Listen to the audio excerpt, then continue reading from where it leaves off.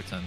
This is I'm gonna rub it. episode 8, Russ, of Between Two Sprouts. We are back.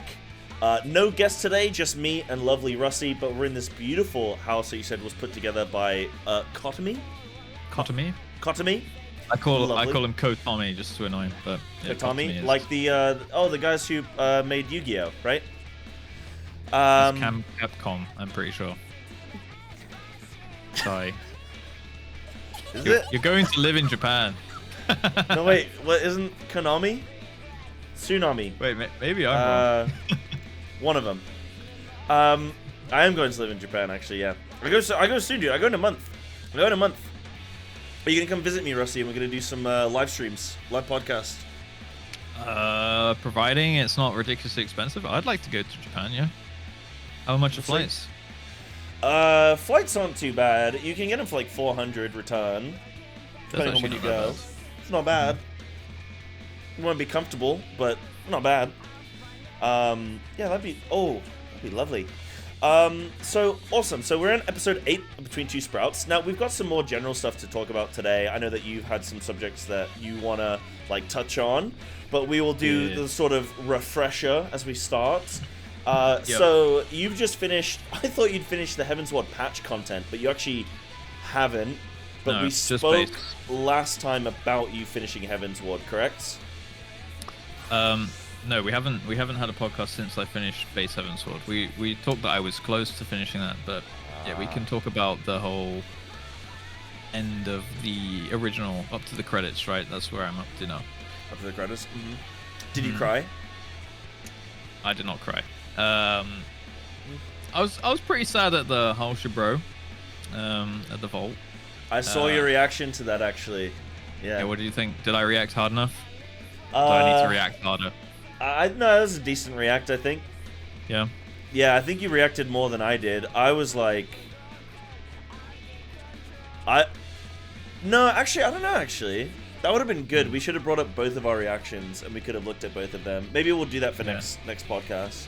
Did you see it coming? No, not at all. Apparently there was some, like, foreshadowing, like, looking back on it. There was, where he's like, oh, a knight lives to serve, and stuff like this. There's been, like, a couple lines where people were like, oh, I kind of saw it coming. Like, there was someone in my YouTube comments, of course, like, bro, wasn't it really obvious? Like, he was talking about how a knight lives to serve, and then he goes off, and then he tanks a dungeon for you. Like, bruh, like, how did you not see it coming? Like, what the fuck are you on about? So... Look, there are two types of people in this world, Russ. Yeah. People that comment on YouTube videos and the rest of us, okay? Like, you gotta be a certain... Hey, look, if anyone is watching on YouTube in the future, thank you so much. Thanks but for also, commenting, guys. If you comment dumb shit, we'll talk about it. Yeah, I mean, how are you supposed to know that he was gonna die? I actually had it spoiled for me, though. I told you about this, didn't I? Wait. I think we spoke about you this. said it was so long between... Yeah.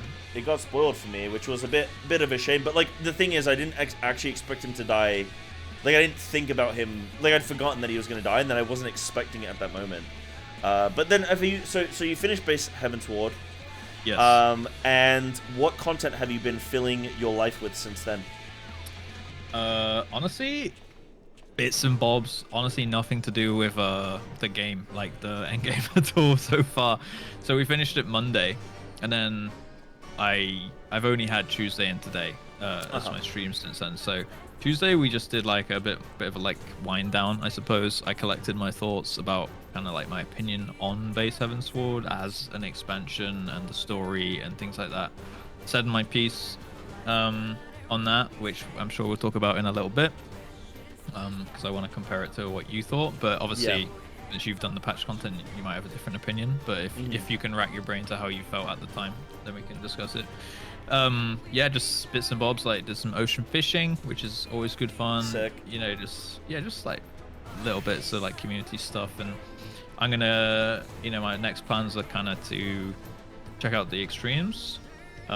Do the raid now, because that big robot submarine thing has spawned in near Idleshire. So I'm gonna go check that one out. Don't worry about him. Don't worry about him. He's friendly, good. Yeah, he's fine. It's not a big deal. It's not very, prominent to the plot or anything. I wouldn't stress too much about him. Okay, no story in this. That Not thing, really. whatever that was, you know. Nah, you can probably skip most of it. You'd be fine. So that's kind of Monday's plan. Go do that. I'm assuming that's the raid, but I don't actually know. And then we'll probably do the normal raids, because I think you have to do normals to unlock savages, right? Yes. Right. So I'll go do that next week, and then start assembling a roster for savages. Could be good. But yeah, I got loads to do. Mainly looking forward to those, you know, extremes and stuff like that. But I also want to get like Dancer unlocked, and like I'm half tempted to level up my Dragoon to 70 just to get access to Reaper. Although people have told me like Reaper's not that good at 60 anyway, so.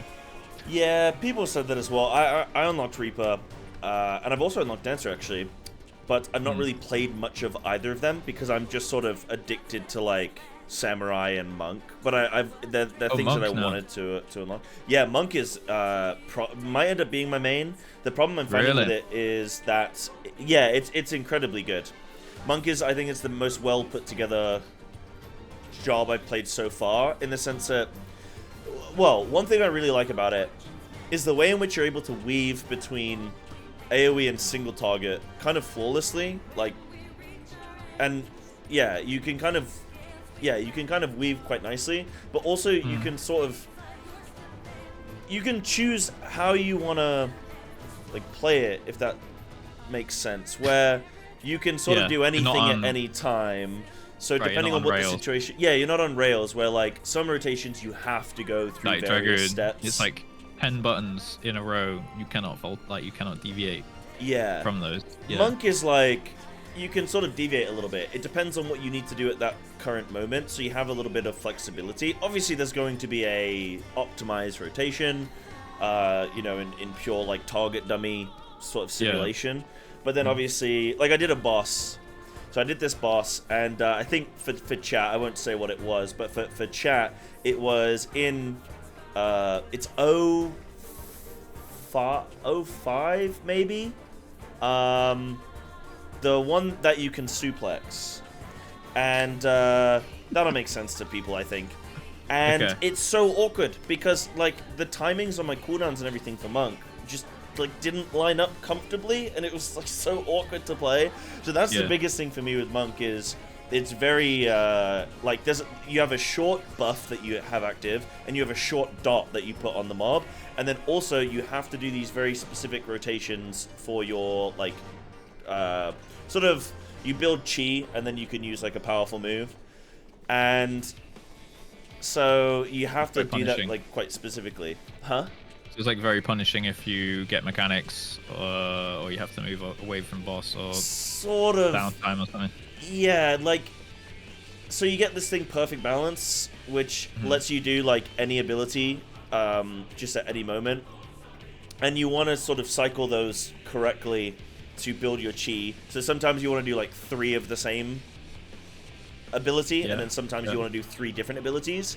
So, but if you like pop that ability, pop Perfect Balance, and then the boss disappears for 10 seconds, then you just lose that, and it's like a 30-second cooldown, and basically your overall DPS is like a 90-second cooldown window, but I guess technically it's actually 2 minutes because of this other cooldown that you get at level 70, which syncs with that. So, I don't know, it's really cool. Obviously, I'm probably misspeaking. Again, YouTube commenters are going to be like, actually, this is the way Monk, but like, you know, I'm obviously just trying to explain it overall. But it's really fun. I really like it. It's just hard to play in like high level content. How is it going to the reduced global cooldown? Like, how does that feel? Does it feel like a big difference, or is it like something? It's like, oh, it flows. I don't actually know even what you mean as much. Do you mean like in general or for Monk? Apparently, Monk has like a slightly lower global cooldown, like 1.9 or something. I think it does eventually. I don't know if it does at the stage that I'm at. Chat, correct me if I'm wrong. I don't know yet if it does. It definitely feels quicker, but I don't know if that's just because like my next action I've got to be quick with, or if it's because the GCD is actually quicker. I actually don't know.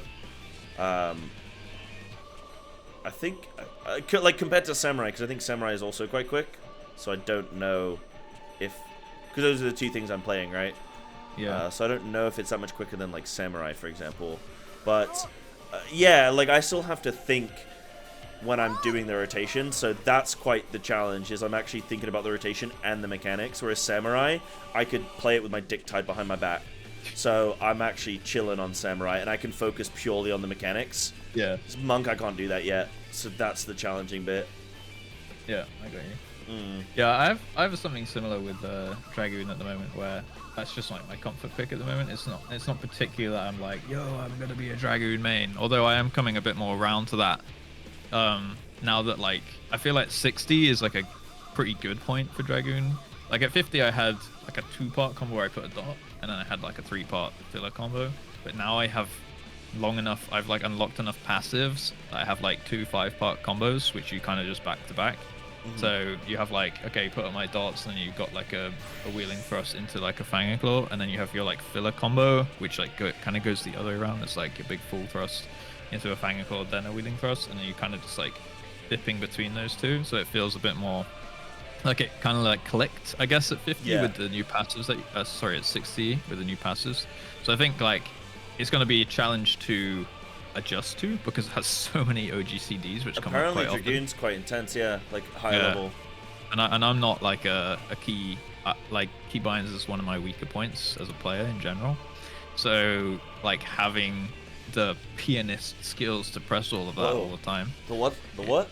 The pianist skills. I'm sure chat want to hear more about your skills. They with probably that. do. Yeah. I mean, yeah, we'll go with pianist for now. Yeah. Yeah, and it sounds like you like to do a lot of thrusting there as well on the Dragoon. Full thrusts, especially when you like pump it up with your life surge into that full thrust. Like when you really give it the willy. Yeah. Nice, man. Sounds enticing. I'm glad we got the cage in the FC house. Yeah, and it's suitable for gamers of all kinds because of the RGB. Sponsored by like Razer or something. Yeah, that's cool. So you're enjoying Dragoon and stuff. Yeah, and you're gonna play Reaper. Reaper was cool. Like I picked up how to play it pretty quickly because it's quite simple. I think it's 70. But it seems cool. The animations are, I think, the best animations of anything that I've seen so far. Just for pure aesthetics, it looks like amazing. I mean, which is cool. People told me mainly Reaper, like based on, they were like, well, what do you play in WoW? I was like, DH. And I'm like, okay, well, try Reaper because simple like DH and looks cool like DH, and that's like the reasons why I play Demon Hunter. Not because I'm like, yeah, I'm so good at Demon Hunter. It's more like, yo, I kind of like flapping, double jumping, and shooting laser beams. Like, it's just pretty cool. And like the animations are nice. So you play Demon Hunter for the worst reasons. Yeah. Yeah, I even play May or Blood Elf, so I'm really at the bottom of the barrel. Horrible. But yeah, it should be good based, hopefully based on those kind of things. Yeah, for sure. That's cool. So you got some good class to be looking forward to. I'm trying to level up Ninja at the moment as well. I'm trying to sort that out. Oh yeah, go on. Have you tried Red Mage? No, not yet. I know it's like a pseudo caster, pseudo melee. I've not tried it yet, but I eventually I will have everything at level 90. I think. Like if I'm really sticking this game out for the long haul, I will eventually have it. But I haven't done it yet because it's. Okay, maybe we can touch on this. I think I am done with class quests. I think I am going to skip all of them going forward. I have had enough. Yep. So you're gonna buy the like job level boost? No. I just am going to potentially skip them. Just like escape. Oh. Click my mouse button a bunch through the quest text. All right. Don't do that on the Dark Knight one, that way you will get cancelled. Yeah, I've heard Dark Knight's really good. Yeah. But I think it was coming out of Stormblood. And then I started doing the ninja one. Well, I started doing Rogue. And Rogue is so quest text heavy. And they speak like pirates. Oh, yeah. And also there's 2 level 15 Rogue quests. And what about, I just can't do it anymore. What about when you get ninja, then it becomes with like Higiri and stuff, right? Like she was hanging out in them stuff before. With Higiri? Yeah, I think so. I think she probably features. She probably features somewhere. in it. I would imagine so. The thing is, right now, I'm on the Rogue level 30 quest, so I probably will just stick it out. But any future ones, I just can't do them anymore. I've leveled, how many things have I leveled? So I've got Samurai. Like 5 or 6, right? I've got Samurai level 72, Monk level 70, Summoner level 57, Astrologian level 60, Dancer level 60, Dragoon level 57, Rogue level 40, and then Reaper level 70. So I've got quite a lot of stuff. And, I mean, what do you feel about the class quests? Like, they're cute, especially when you're leveling your first class, but when you're on class number 7... They get a bit tedious, I will give them that. At least the ones I've done. I've done the Dragoon one, right? Which, to me, made no sense. Like... what do you mean? Like... Well, like, Estinian was, like, bad, and then he came back in Heavensward, and he's, like, your best bro, and now he's, like, got possessed and, like, flown away as Nidhogg. And I'm like, so now he's bad again? Like, what's going on here? Like, and like, I'm like, there's feels like a weird disconnect, like, Heavensward just wasn't there, and it would make sense if, like, because that was level 50, like, that was ARR, where he, like, got... Like he was like possessed and then he like beamed away and stuff like. Maybe I need to go and like rewatch it or read about the level 50 questline or something. But that one was like okay, like it was cool, but it didn't really make that much sense to me. The warrior one definitely got a little bit tedious, and I've only done the machinist one after that, which was pretty cool. You know, there was like some badass woman who like shot a guy's gun out of his hand and then said she's gonna shoot his cock off. That's pretty cool. His penis. His penis, yeah. And then so like they're okay. I don't hate them, but I imagine like on your 17th job, you're probably like, oh, I kind of, you know, you never see those characters again, kind of thing. They're not like deep story, but I still wouldn't skip them because I think it's like a fun thing to do. Like go through, you get like a mini quest line. Like I did a side quest the other day. I've been like going through the Heavensward zones to pick up flying. Yeah. Obviously, you need to do all the blue quests in each zone. Yeah. So like one of them was like, oh, go talk to my brother. He can't get into this clan of the Vanu, like one of the Vanu clans up in Sky Sea of Clouds. And like it was like the actual blue quest was like walk 10 feet and go talk to my brother. But then it like kind of set up a little bit of story where it's like, oh, he sucks at being in this beast tribe. So like I just went down the fucking rabbit hole of his side quest, and he was like just this absolute terrible human, basically. Well, not human, but he was this terrible being, and he was cheating all the time trying to pass this trial. And it took like an hour and a half of us just like following him around the zone, and he kept failing at all of these trials, and he kept making me do it all for him, and then he still failed anyway because every time the chief would be like, well, obviously you just got the warrior blight to do it. And I'm just there like, if this was funny, but like if every side quest went down this tangent, I'd probably stop caring as much, you know. Oh wait, you didn't enjoy it? Oh, I thought you'd be like, oh, I love this quest. Oh, okay. No, like I enjoyed it, but I could see on the 10th time. Yeah. Maybe I'd be like, all right. There was some cool quests like that actually with in Stormblood, where there's some cool side quests. Like for example, chat in like the Azim Steppe, and there's like the. When you get there, it's just like a really cool zone. It's all like Mongolian themed and stuff, and yeah, it's like high, but it's like high flatlands. But it's really cool, and there's a few characters there for some side quests that seem like I was like, oh, I kind of want to go see where that goes, but I just haven't done it yet. But in my head, I'm like, oh, I'm probably gonna go back there one day and check them out. So there is some appeal there with. Like you say, that little sort of, they just drop a little something tantalizing where they're like, it's because they like led you to it. Yeah, it's like a breadcrumb, and then you're like, I'm kind of curious now, like, you know, you did the part that was mandatory, and then it's like, but I'm a little bit curious on like, okay, are we gonna sort that guy's life out or not? So I kept clicking, and then I was like, okay, it was a fun little thing. Like it was just a chill day, right? Like we just kind of did some side quests and stuff, and it was nice. But I would see. Like if you were trying to grind them out, like people try to grind them out to like remove the bubbles off their map and stuff, like then I could be like, yeah, escape that bad boy after a while. But if I did like few and far between, like a side quest, you know, a couple of weeks or something, I think that would be nice because, like, especially there's probably a few that are more notable than others, right? Yeah. And then some are just probably like, yeah, go fetch me my fly wings and things like that. It's the interesting thing where, because we're playing the game, like, a lot of this stuff, there was a point, right, where Heaven's Ward would have been the end game content. Like, where you are right now, people would have been there for, like, 3 months going, okay, what do I want to do? So doing side quests, doing all this stuff would have been a thing to sort of hold people in, some additional stories and whatnot, doing their dailies and stuff, and with the beast tribes and whatnot. So I think it's always really important to really consider that at the forefront of our minds when we are looking at a lot of this stuff, because you weren't just going to do everything all at once like we're sort of doing. It would have been paced out naturally over time, which would have like helped sort of just spread things out a little bit and make it less like all at once. You know, you got to do this. I feel like I'm on that kind of pace anyway, as is, except without the like actual downtime.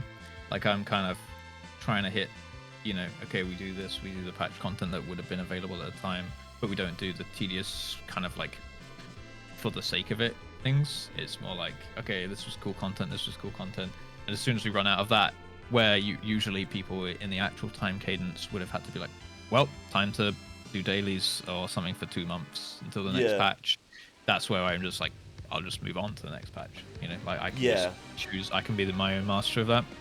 So I think that's like the pace I'm trying to hit, and that's why I'm like almost 6 months in and where I am at the moment. But the content's coming. Like I still feel like I'm planning like most. Like there's been a couple streams where I'm like, oh, it's a bits and bobs day like today, and like last Tuesday or like this Tuesday, sorry, where we just went and did that because I was like, okay, well I need to get flying because it'll make the rest of Heaven's Sword convenient. So, you know, why not do a side quest here and there along the way if it piques my interest in any way. I think that's a really good way, and a really good way of doing it. And I think people want to see that kind of stuff anyway. Like they want to see you engaging in the content and like their game, right? Yeah, and like they want to see you naturally like things, right? I think of wait, what did you say? I was like in engaging in their game, but I suppose it's like it's my game now as well. yeah, my game now, yoink. Yeah, all the viewers have to go. They have to go play World of Warcraft, and we get to play Final Fantasy. How about that? Yeah. My game now. Yeah.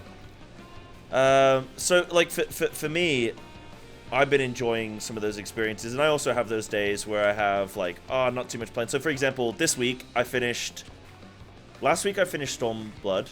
This week I was doing some content, like unlocking certain bits of content, and like prepping for Savage on Monday, which I'm starting Savage Omega on Monday. Blind, mine.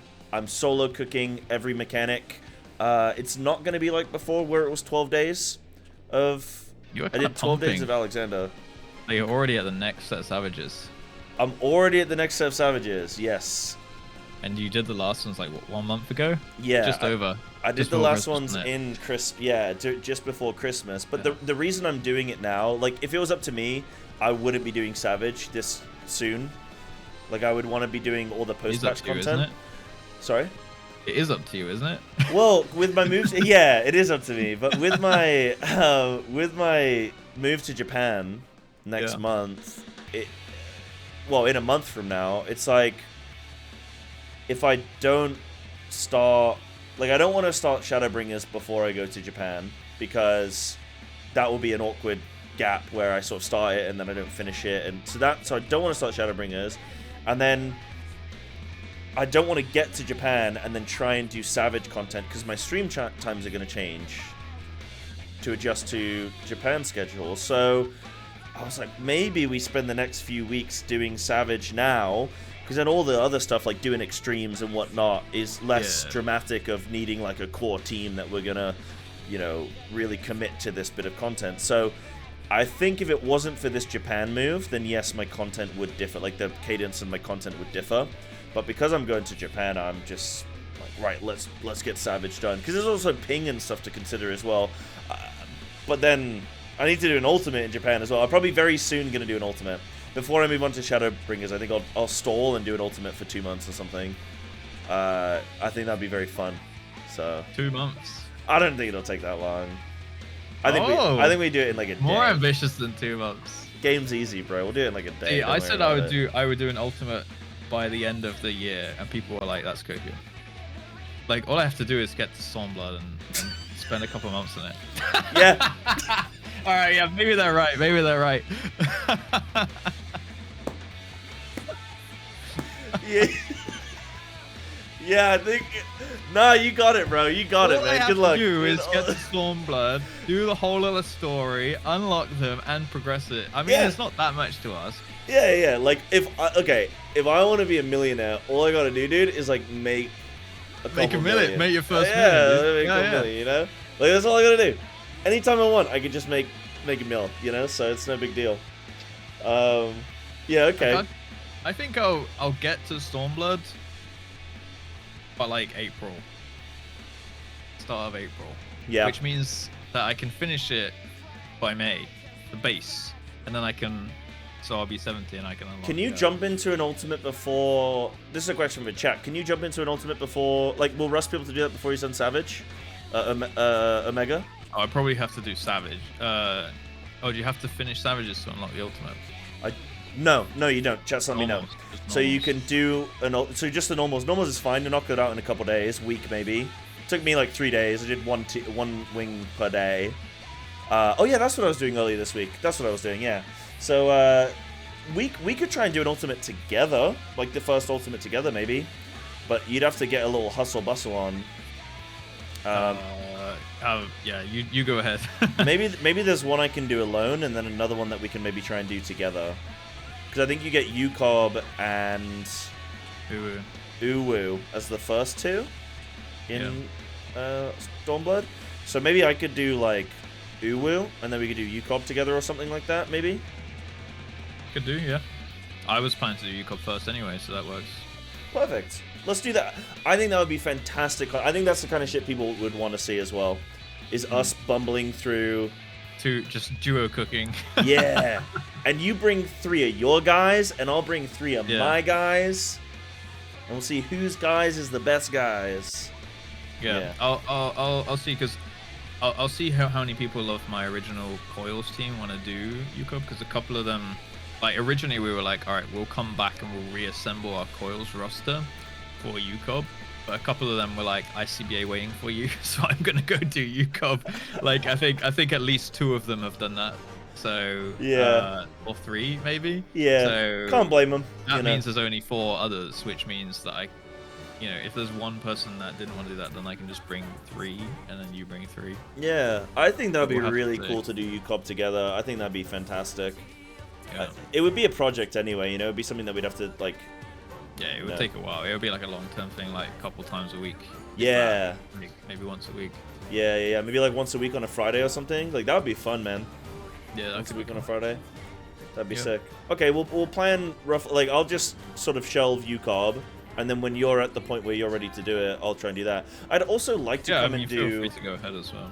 Yeah, sure. I'd also like to do Savage Alexander with you. Which is Heaven's Ward, right? I'd like to do that with you, but also, you run whatever you want to, like, if you got people that you want to go with, go for it. But it would be pretty cool to come and do that with you, just because it would be fun to, like, sit back and watch you figure stuff out, and I can just sort of chill back and vibe and play a different job, maybe I could play, like, Dancer or something like that, something different, and just sort of see Rusty Boy. Yeah. Figure it all out. I haven't made the roster yet, so I'll have a look. I need to see how many people are actually interested in doing that, because I think it will be probably less popular than Coils. Maybe it's more, I don't know. Or about the same. But I'll see, like, who wants to do that, because I've heard some people were like, yeah, I really wanted to do Coils, but I don't want to touch Alexander, so... Really? Alexander Savage is so good. It's... The bosses were... It wasn't the aesthetic for me. I wasn't really super into the aesthetic of the raids. But there are a handful of bosses in there that are phenomenal. Like, really good. Okay. I'm looking forward to it either way. Yeah. Yeah. Alexander on normal I didn't really care for.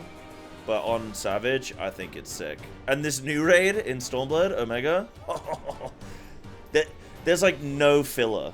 There's only good bosses. It's 12 good bosses. but I haven't seen them on Savage yet, so I think they're gonna kick my ass. But I'm looking forward to them. Good. You'll be here for a while. I mean, how long till you move? 1 month. I moved 5th of March, so I got 1 month. 1 month to do the whole of Savages. Yeah. I mean, you kind of, when you want to get it done, you just do it every day, don't you? Like 8-hour streams, 4 days a week. Yeah. Pumping. I plan on doing it a lot, but like also Season of Discovery, the new phase is coming out soon. Oh yeah. So I plan on playing some of that. It comes out next Thursday, yeah. So I plan on playing that like in the evening. So what I'll probably do is like 6 hours of Final Fantasy every day, and then like 3 to 4 hours of WoW. So I'm doing like 9 to 10 hour streams for the next month. Oh, you're gonna do your stuff on stream, yeah? Yeah, in the evenings. Like it'll be later stuff. So it'll be like 6 or 7 till 10 or something. Because like I say, I'm going when I get to Japan, there's gonna be like 2 weeks maybe that I can't stream. So I want to hit it really hard this month, so that then when I'm gone, it's not too bad. But yeah, so I'll probably play a lot of SOD as well. So I want to keep that in mind. But then outside of that, do a lot of raiding in Final Fantasy. But what about you, Rusty? You've got some stuff going on. So you're doing a little dress up, aren't you? Coming up soon. Yeah. So yeah, I've been pretty flat out for the last few weeks now. But yeah, I've been planning like my subathon, which is starting next week. I've been planning my, that's kicking off with the party for hitting Partner Plus as well. The cosplay is part of, my incentives to help me hit Partner Plus as well. So I owe my chat that. But yeah, I'm kind of just, because subathon could potentially go on a few days or whatever. It's going to be like one of those ones where I do sleep. It's going to be like 10-hour streams each day, with like fun-filled activities, sub goals and stuff, right? But I plan on also doing hopefully some cool content, in the game. So some extremes, we'll do the normal raids, probably unlock them on Monday. Might even start the normal raids before then. So we might even start some Savage during the subathon. But yeah, I've got a few things to try really. Like I still need to go back and get Blue at some point as well. Yeah, so I'm trying to plan like one cool thing per day of the subathon. So at least I have something planned, and if we make it to that day, then obviously we'll do it. If not, then it'll come back at a later time. Yeah. But I'm gonna do a mixture of like community stuff, like glam contests and things like that, and then a mixture of like, gaming, hardcore gaming content and stuff like that. So that's kind of my plan. But I'm in no rush really to like progress through the game. I'm just kind of taking it day by day and enjoying the journey. Yeah. Even though it's so uncertain and whatnot. I was going to ask you, actually, since you mentioned WoW and stuff, what is your, like, overarching plan? Are you going to, like, are you here in FF to, like, stay? Or are you kind of, like, going to see how you feel at the end? It's hard to say, because if you'd asked me 8 months ago, hey, Psy, you gonna, what do you think about making FF your full-time game? I'd have been like, are you crazy? What, are you crazy? You out of your mind? Yeah. I wouldn't have even, or like a year ago, I wouldn't have even thought about it. I'd be like, oh, maybe I'll play some FF on the side, but I don't think WoW will be my main game. And obviously that's completely shifted now. Yeah. But it's a bit weird because a lot of my community just seem to sort of not really know what's going on. But because you know what it's like with Twitch, not everyone watches you every day, right? So people come in and they're like, oh, what's going on? Like I have to constantly remind people that I play WoW on Thursdays. And they're like, oh, I've not seen you play WoW. What are you doing? And I'm like, well, I do this every Thursday. Like, I've been doing this. Yeah. I don't see myself... When I play WoW, I get angry. Because of my interaction with the game, right? Yeah, go on, sorry. That was what I was going to bring up. Like, I mentioned you the other day, and I said I was going to maybe roast you a little bit on the podcast about it. Yeah, go for it. I guess my question is, like, do you ever see yourself dropping retail WoW, like, entirely? Or do you think you'll kind of, like, string it along? Because, like, I see you like tweet about it a lot, and I feel like you tweet about WoW more than FF, so I'm like wondering if you're like keeping one foot in, like one finger in that pie or whatever. Yeah, like okay, so I'll go through it a little bit. So for me, Final Fantasy is my main game now. Period. Yeah. Like that is I'm investing in this game. I can't wait for Dawn Trail. Like I want to do a bunch of content. like, I want to fully invest in this community. But there are a couple things to also consider. So for me, I've been a World of Warcraft streamer for 6-7 years, right?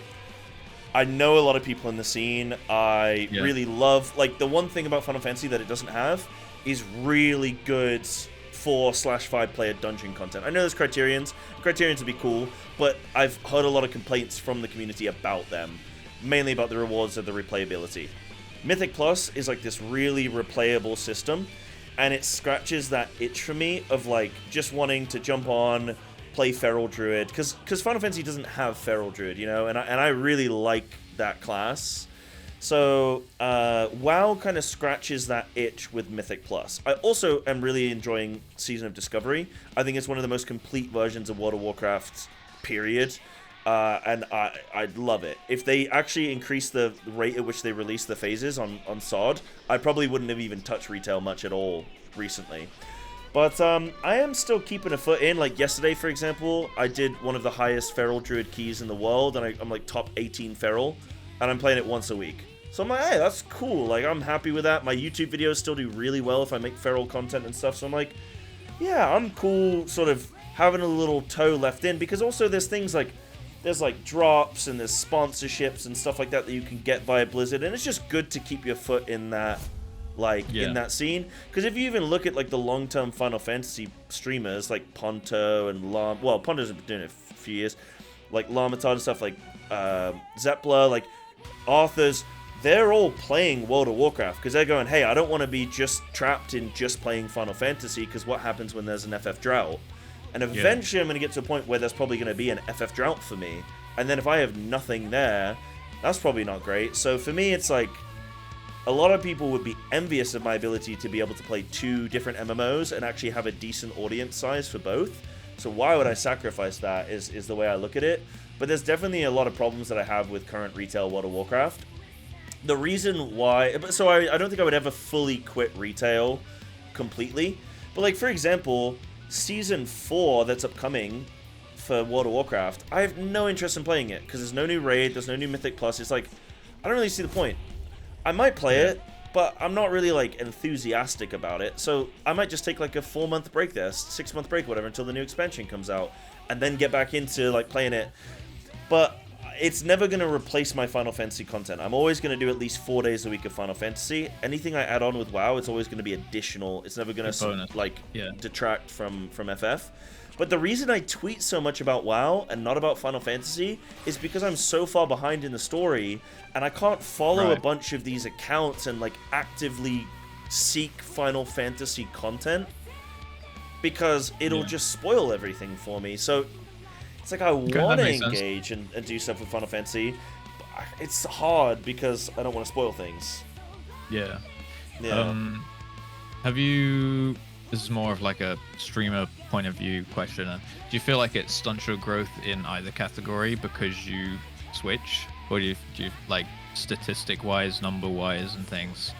Like, do you feel like it would be more business choice, I suppose, to like go eggs in one basket? I mean, you've been doing that with WoW, right? So I'm thinking more like if you were to drop WoW from your like drop WoW completely from your main channel and go into FF, do you think it would make you grow quicker in FF, I suppose? Like, do you feel like, you know, people come in expecting one thing or another because there's like a disconnect, because as you said, people don't watch every stream, right? And do they, I don't know, like give you shit for still playing WoW? And like, I got called gay for playing Final Fantasy the other day. So yeah. Oh, is like, that or Mom, furry weeb, you know? When are you gonna meet a nice young girl? I don't know. I mean, you do get some people coming in and like giving you grief over playing one game and like, oh man, I missed the WoW streams. I wish you'd stop playing this weeb game or whatever. Like, you get that kind of thing, and I just always take it's coming from like a good place, in the sense of like they just liked watching me play WoW, and like they're bummed that I don't play it as much. I don't know. It's hard to say, right? Like, you know, being a content creator, you're always making... I mean, our decision to even play Final Fantasy in the first place was risky. It could have absolutely been terrible. So it's hard to really know what is the right business move. What I can say is it actually makes the Final Fantasy content better for me. Like, it's like a nice mental reset for me. I'll go and spend a day playing WoW after doing like 3 days of Final Fantasy. Oh, God. We said this exact thing. I was like, I can't believe. I said like, I can't believe Sai spends 1 day a week sitting in Q Finder in Mythic Plus being depressed, and then everyone was like, it's to remind himself how much better FF is, and I was like, good one. But that's actually the reason. It sort of does work, but it's also just like, again, I'll spend all day playing Final Fantasy, or I'll spend like 3 days in a row playing Final Fantasy, super maybe like text heavy. I'm reading a lot. I'm sort of like following the story and stuff, which is fantastic. It's kind of nice on that 4th day to have like just a change of pace, and I'm listening to my own music, which a lot of it's just a lot of the like the soundtrack of Final Fantasy anyway. But I'm listening to my own music. It's sort of like a chill out day. I'm not too. I'm not worried about view count and stuff on that day, on the WoW day, and I just sort of take it as like, you know, I'm paying back the people that got me this far and the viewers that have watched so long and gotten me this far, and it sort of resets, and then I go into Final Fantasy on, let's say, like Friday, and it's nice and I like it. What I probably will do is I'll probably do WoW Wednesdays, because it sounds good, but also I like the idea of doing 2 days on, 1 day off, 2 days on. The Final Fantasy sandwich, Yeah, because doing the 3 days and then you sort of take a break and then you come back for like 1 day, it's kind of awkward, especially if you get to a really big story moment and then you're like, I'm not going to be able to finish all of this on Friday. So like Wednesday can be a really awkward MSQ day, because then I have a Thursday break and then I'll do a bit more on Friday and then I have the weekend off. Yeah, that makes sense. Kind of shit. So I'm probably going to switch to like WoW Wednesdays. It just makes sense. It's when the weekly reset is and everything. But I don't know, man. I mean, it's hard to really say. It probably is better to just fully invest in Final Fantasy. But when I look at, like, I don't think in the long run playing WoW 1 day a week is stunting my growth that much that it's, like, catastrophic. Yeah. In some sense, like, you'll weed out the people who are there for the wrong reasons anyway by doing that. Like, if you have those people who are like, I will only watch you play one game, and you're doing it early, right, by putting WoW in the mix, you're kind of like I'm planning to do the same with just like variety games in general. Like, you're kind of setting people up to I guess you're managing people's expectations of what they would find coming to your stream, right? So you play FF and you can like FF and stuff like that, but it's not your identity, like your solo single personality trait or anything like that. Yeah, I just look at like Ponto and Todd and like all these guys, and literally I'll go into their streams and they're constantly like, oh man, you know, I love Final Fantasy, but I don't want to feel like I can't play other stuff. And so if I look at it, why is Final Fantasy going to be any different from me than like any other game where I could easily get trapped in Final Fantasy where I feel like I can't do anything else? Yeah, so like you say, managing people's expectations. Yeah, you feel like that with WoW. You feel like you can't branch out and play anything different. So the way I see it, as long as my 4 Final Fantasy days are super healthy, and they have been, then there's no reason why I can't have a 5th day that's a little bit more chilled and sort of just like a mess around day. Yeah, so I don't see it being the end of the world, and for me, it's like I enjoy it, so why not? Yeah, why not, right? I mean, you got to remember, like, you probably have like 15,000 Twitch followers who followed you for WoW, right? So giving them like a breath of fresh air, and or like, you know, oh, like what size on WoW today, like, you know, I guess people come back. I suppose you probably best talents ? Yeah, but you have like old chatters who were like regulars who don't watch you now, and they come back on your WoW streams. Yeah, and absolutely. The chat like changes. You can see like there's a lot of people that follow that now like come and watch my streams. Period, which is amazing, and they just want to just hang out. But there's a lot of names come in and they go like, oh hey, nice to see you back playing Feral, and I can just see that they've not been in the stream for a while. Like I've not seen them in any FF streams, but they're there for the WoW streams. And like from a business standpoint, if they sub on that Thursday, that's a sub that I wouldn't have gotten, you know? So it's like, it's sort of, from a business side, it can also be good in that regard, I guess.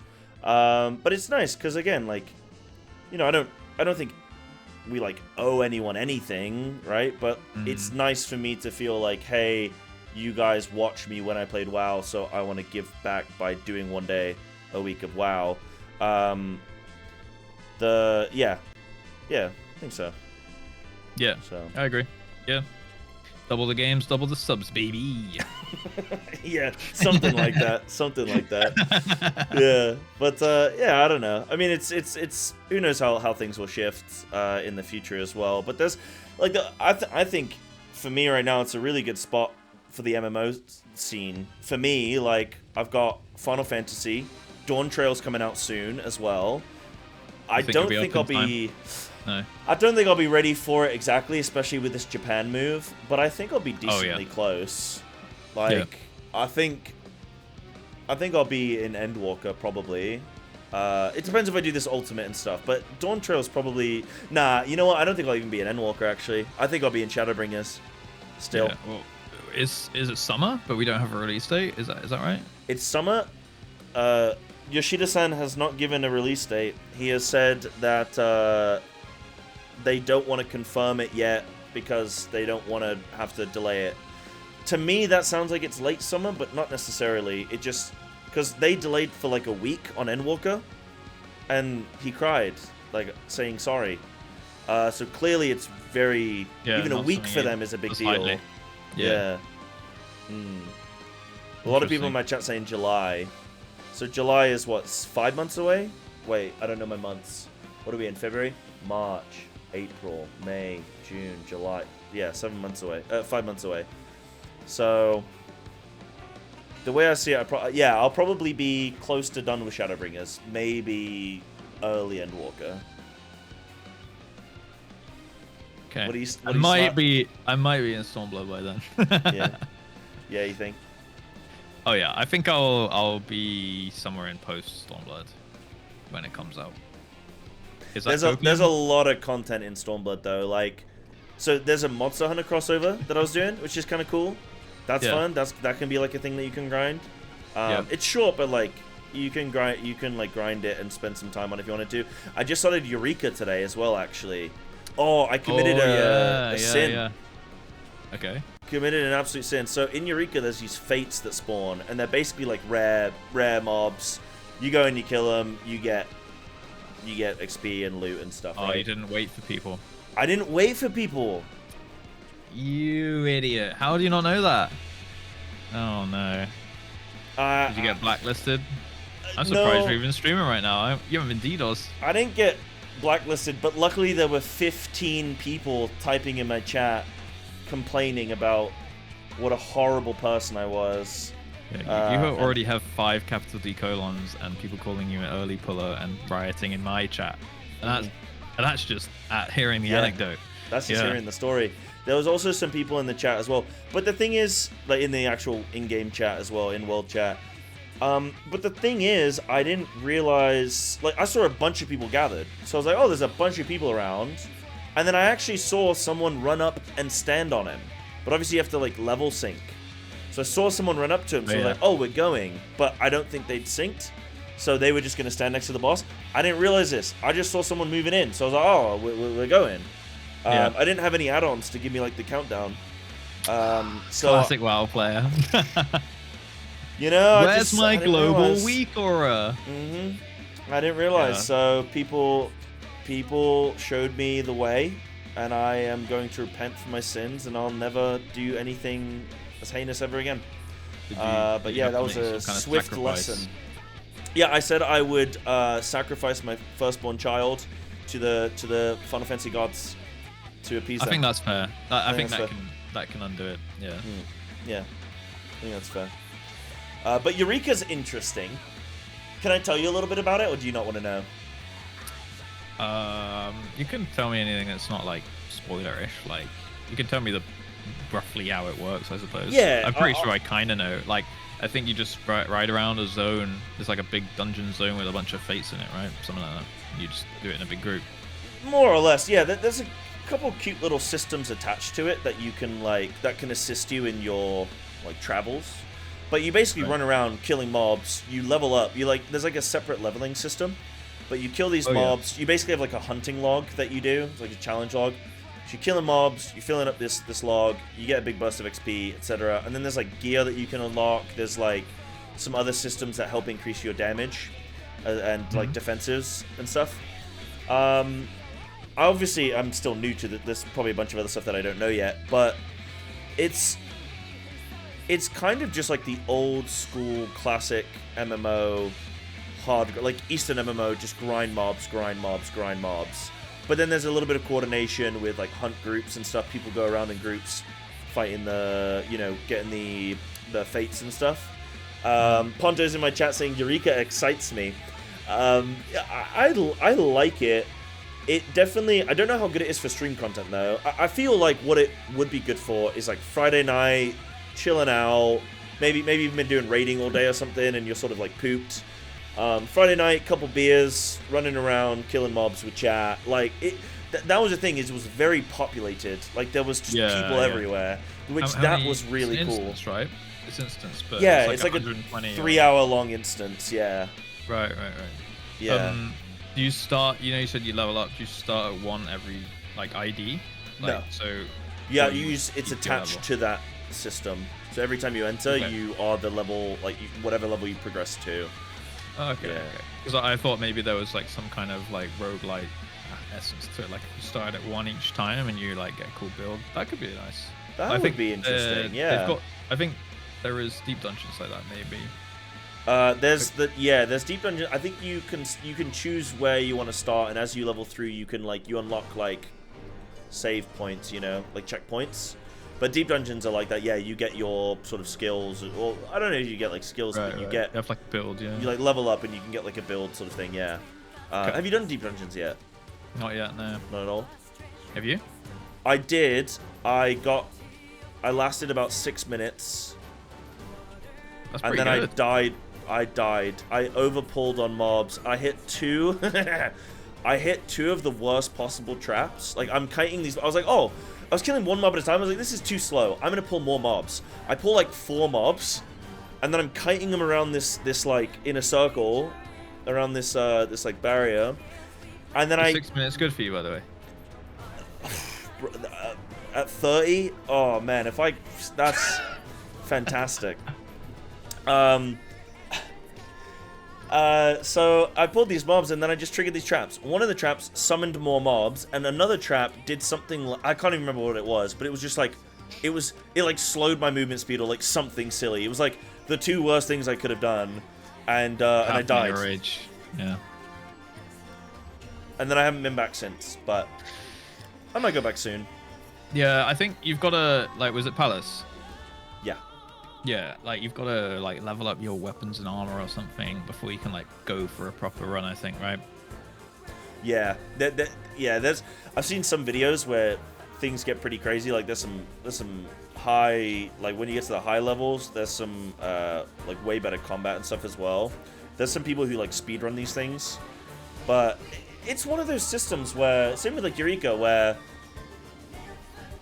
if I hit Stormblood and I was max level, and that was level 70 was max, then like Eureka would be something I'd be grinding all day, right? Because you want to, like, everyone in the world is going to be there doing it. But because I know that there's level 90 and soon to be level 100, it's like, well, I don't want to spend too much time here in Eureka because I've got stuff to do.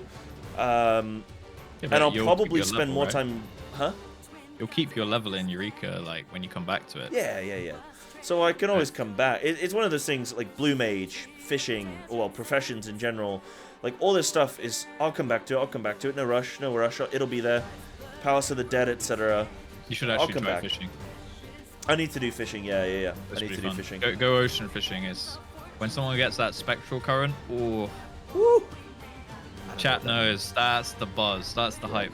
Well, imagine, like, you know fishing in WoW, right? Yeah. So this is what I thought. I was like, oh, you throw your line in, you wait for it, and you wait for a bite, and you pull it in, except you don't click the ball, you just press a button. That's level 1 fishing. But then you get all these, you essentially get, like, a resource bar, right? And you get, like, you get buffs and stuff, and you can build up these things and these, like, combos. So you can, like, have abilities where you, like, leave your line in longer, but then, like, you sacrifice how strong you can pull it in.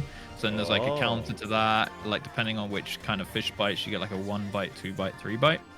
and then you can like, and I'm only level 30. I have barely any abilities, but Yeah. like the combos you can get like up at 90, and you can get like fishing gear and all this stuff, which gives you like a bigger resource bar, so you can pull off longer combos. Yeah. And you can like fish for like a good one, and then you can throw out like an identical catch, which will get like the same fish, and then you can like triple line it, so it'll put in like 3 or some shit. I don't fucking know. Dude, you but, got like, all the terminology going on. It's though, quite it complex. like, It's actually quite complex. Triple line. And I'm only like level 30. I mostly just throw it in, and I'd be like, oh cool, we got a bite. But then like all this cool music plays when a spectral current happens, and everyone goes mental on the boat, like yeah, fucking go. And then you get like point system, and like you're fighting against other people for points, and you can get like mounts and titles and shit. It's actually really fun. I definitely recommend it. That sounds really cool. Maybe like it's really cool. If we finish Savage Omega before I go to Japan, maybe the last few streams will just be like fishing streams. I kind of want to like, if you just take a day in the middle where you're just like, yeah, you know, we've been pumping for like 4 days straight. Like, let's do. It doesn't even need to be like the boat leaves every 2 hours, right? And it takes like 25 minutes. Oh yeah. So you can just be like fishing break, like for like a mental reset. Do I have to say it like that? Fishing break. Yeah, fishing break. Yeah, fishing break. Exactly. Okay. Yeah, you gotta get your glam on, like fishing glam and all that. Yeah. Like, you gotta take it serious. This is serious business. This is end game content. Like this is like level 90 end game content right here. I won't mess around. Good. Good. I got you. Yeah, that does sound fun. Like, I wanted to do, like, that's the kind of, ocean fishing is the kind of thing that I wanted to do, like, a subathon thing, like a 24-hour fishing stream. But I want to do something, because obviously I'm going to Japan. I want to do something for, like, one, I'm trying to build towards, like, Partner Plus, and, dude, have you seen the Partner Plus changes, where you only need 300 points now and stuff? Like, I'm trying to push for Partner Plus. Obviously, yeah, I want to start this month. That's what I'm really pushing for, and, I only need, like, 100 people to... No, I only need 50 people to tier 3 sub, if you think about it. It's not, yeah, it's not bad. Not 50 bad. people if it were only tier 3 subs, but like a mixture. Yeah. Yeah, if you have like Mixture all of 100 them. normal subs, yeah, and then like 30 tier 3s, pretty good. Yeah. But you need to sell it. Well, hard. Yeah, your chat helped you get Partner Plus. How much do I need to pay your chat to help me? How much do I need to pay you for you to help me with your chat help me Partner Plus? It's like a like how many subs? deal. Like what if I guarantee that I will gift you a certain amount of subs every month? If your viewers, like for each month I hit Partner Plus, I pay you X amount of money in subs. What are we saying? And then I have to show your yeah, and then you shill my Partner Plus. I'll have to do some number crunches and then get What back if I to you. boost you through an ultimate? You can't. We all know I'm the better raider here. I don't know, man. I kind of got Savage Alexander under my belt. 12 days, baby. That was it. Yeah, right. How many pulls? We'll go by pull count. Do you know your pull counts? Some of them were like, dude, the first, some of the bosses, even at the higher end, I think everything was like sub 30 pulls. Some of them sub 10, like a lot of them sub 10. Except for a couple bosses, which were like 80, 160. You know, so it was like a couple. 160. A8 was 164 pulls. Jeez. But it is the best fight I have quick done. Pulls, like quick wipes. Like, how did you even pull a boss that many times in a week? These were 9-minute wipes, Russ. These were 9-minute wipes, my friend. Yeah. Jesus. These are big. That fight is endless. Every time you think, oh, this will be the last one. It's not the last one, Russ. There's more. It's dude, it's the coolest fight. You have to solo cook the whole thing, okay? It's the coolest fight. The whole thing. The whole thing. Dude, there's a certain point, the chat will know, there's a certain point, Russ, where your brain explodes. That's it. Yeah, I don't like solo cooking as much, though. I like having, like, 1 or 2 people to, like, bounce off ideas. Because, like, solo cooking, but you're the better raider than me. Because, like, I don't know, because, like, I solo cooked it. Okay. Well, I mean, when you have your mental, you know, when that catches up to you, yeah, I don't know, like solo cooking, it's just like, I just feel like you spend unnecessary pulls where you're like, oh, my brain's just not working, so I guess we'll just pull again. Like, I have nothing to go off. Yeah. But it's like when you have a couple, even just like a couple, like 1 or 2 people to bounce an idea, it's like, oh yeah, and it might save you like 3 or 4 pulls before you can like think of a new progression point. Yeah, we'll do it in 167 pulls, easy. But that's more than what it took me. Wait, what did you say? I said a 164. You're like, yeah, we'll do it. We're doing 167. I was just reading my chat. We'll do it in 163 then. See, this is why you can't cook with your chat, man. They're gonna make you take longer. No, it is really good though. Some of those fights, like, I just sort of would pull like 5 or 6 times before I'd even start cooking, and I'd just see. But it was really, really fun. But yeah, so I mean, I'm excited to see you check it out. When are you actually planning on doing Savage? I'm gonna do the normals like next week, I think, and then I'm gonna put out an application form for Savage, give people about a week or so to sign up to that, and then do it. So probably like just after the subathon, I'd imagine I'll start those. Cool. Yeah. Yeah. Nice. Yeah. Just see where we get to, really. Yeah. Okay. Sick. If it's in the like transition period for me going to Japan, maybe I'll be able to actually watch a lot of it, because I probably won't be on my PC, but I'll probably have time to watch stuff. So that'd actually be pretty cool.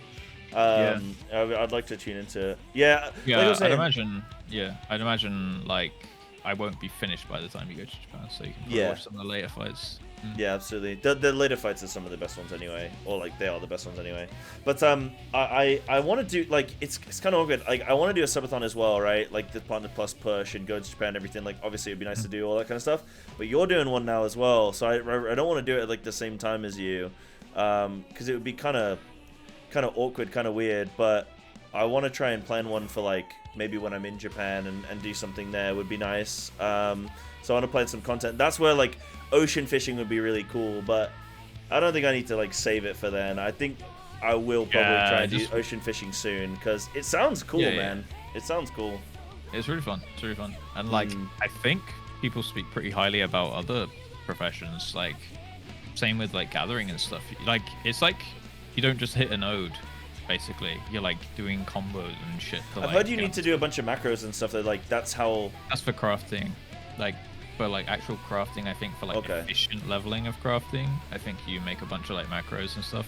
But when you're doing, so there's like, I think they're called like exquisites or like masterfuls or something. Yeah. I guess like the high-end crafting stuff. And you basically like, you put your material down and like what you're trying to make, right?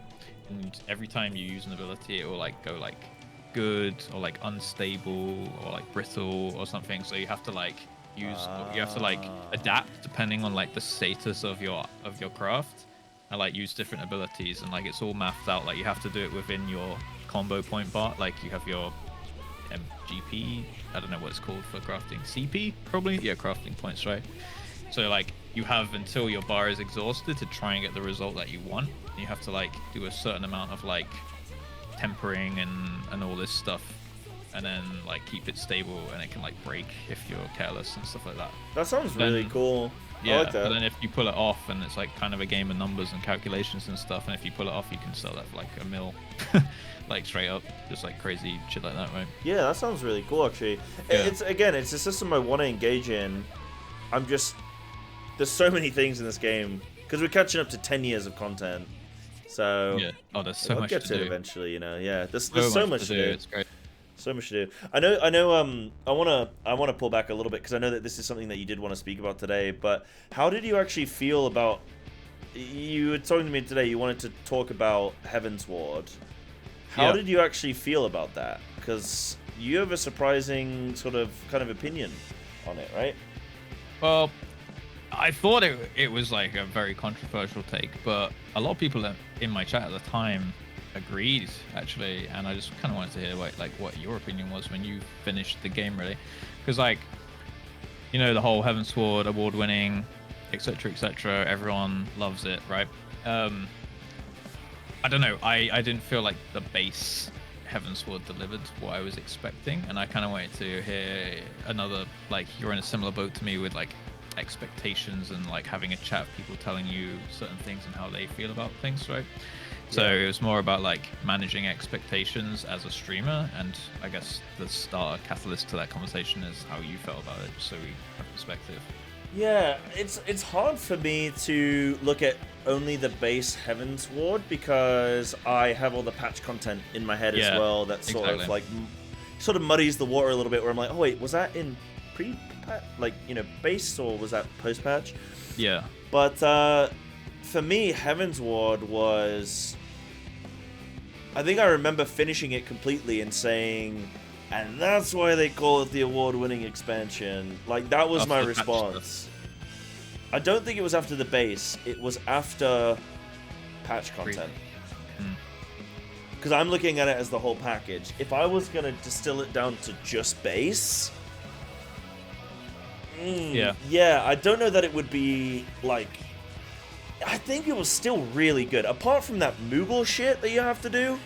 Those goddamn Moogles. They're great. What do you mean? What, in the when you go north and there's like a cave of them and you have to do all their things. I just got lost. I was trying to unlock flying. Because I unlocked flying at the time for each zone, so I'd do it like there and then. So I was waiting to do the story and I couldn't progress the story because I had to do all these goddamn Moogle chores for getting flying, and I was just like, I was getting lost, but no, if it wasn't for the goddamn Moogles, then I think Heavensward was sick. I think the extremes are awesome, or like the trials were awesome. The way the story was going, I thought was really good. Again, I don't want to say too much specifics because I don't want to say something and then it's like, oh no, that was post patch, and then I'm like, oh no, I gave something away. So I won't touch too much on it, but I was really happy with Heavensward. I thought the pacing was good. Yeah, okay, there's a few trolls here and there, but there's gonna be. But I thought the pacing was good. I thought action was good. I thought the development was good. Character progression was good. I loved Alphino. I loved Emmerich. I loved I loved Justinian as well. The dragons were really good. There was a lot of really good stuff. I think do the patch content, and then I want to see if you feel the same. I think I probably won't feel the same. I think I'll probably be like, oh, like you said, right? But and this is why like most people seem to agree the other day, because I said I just feel like it didn't climax as hard as like ARR did. But I think it might be to do with like the fact that Ultima got like reworked and stuff, so the fight was longer and harder and kind of better. Whereas like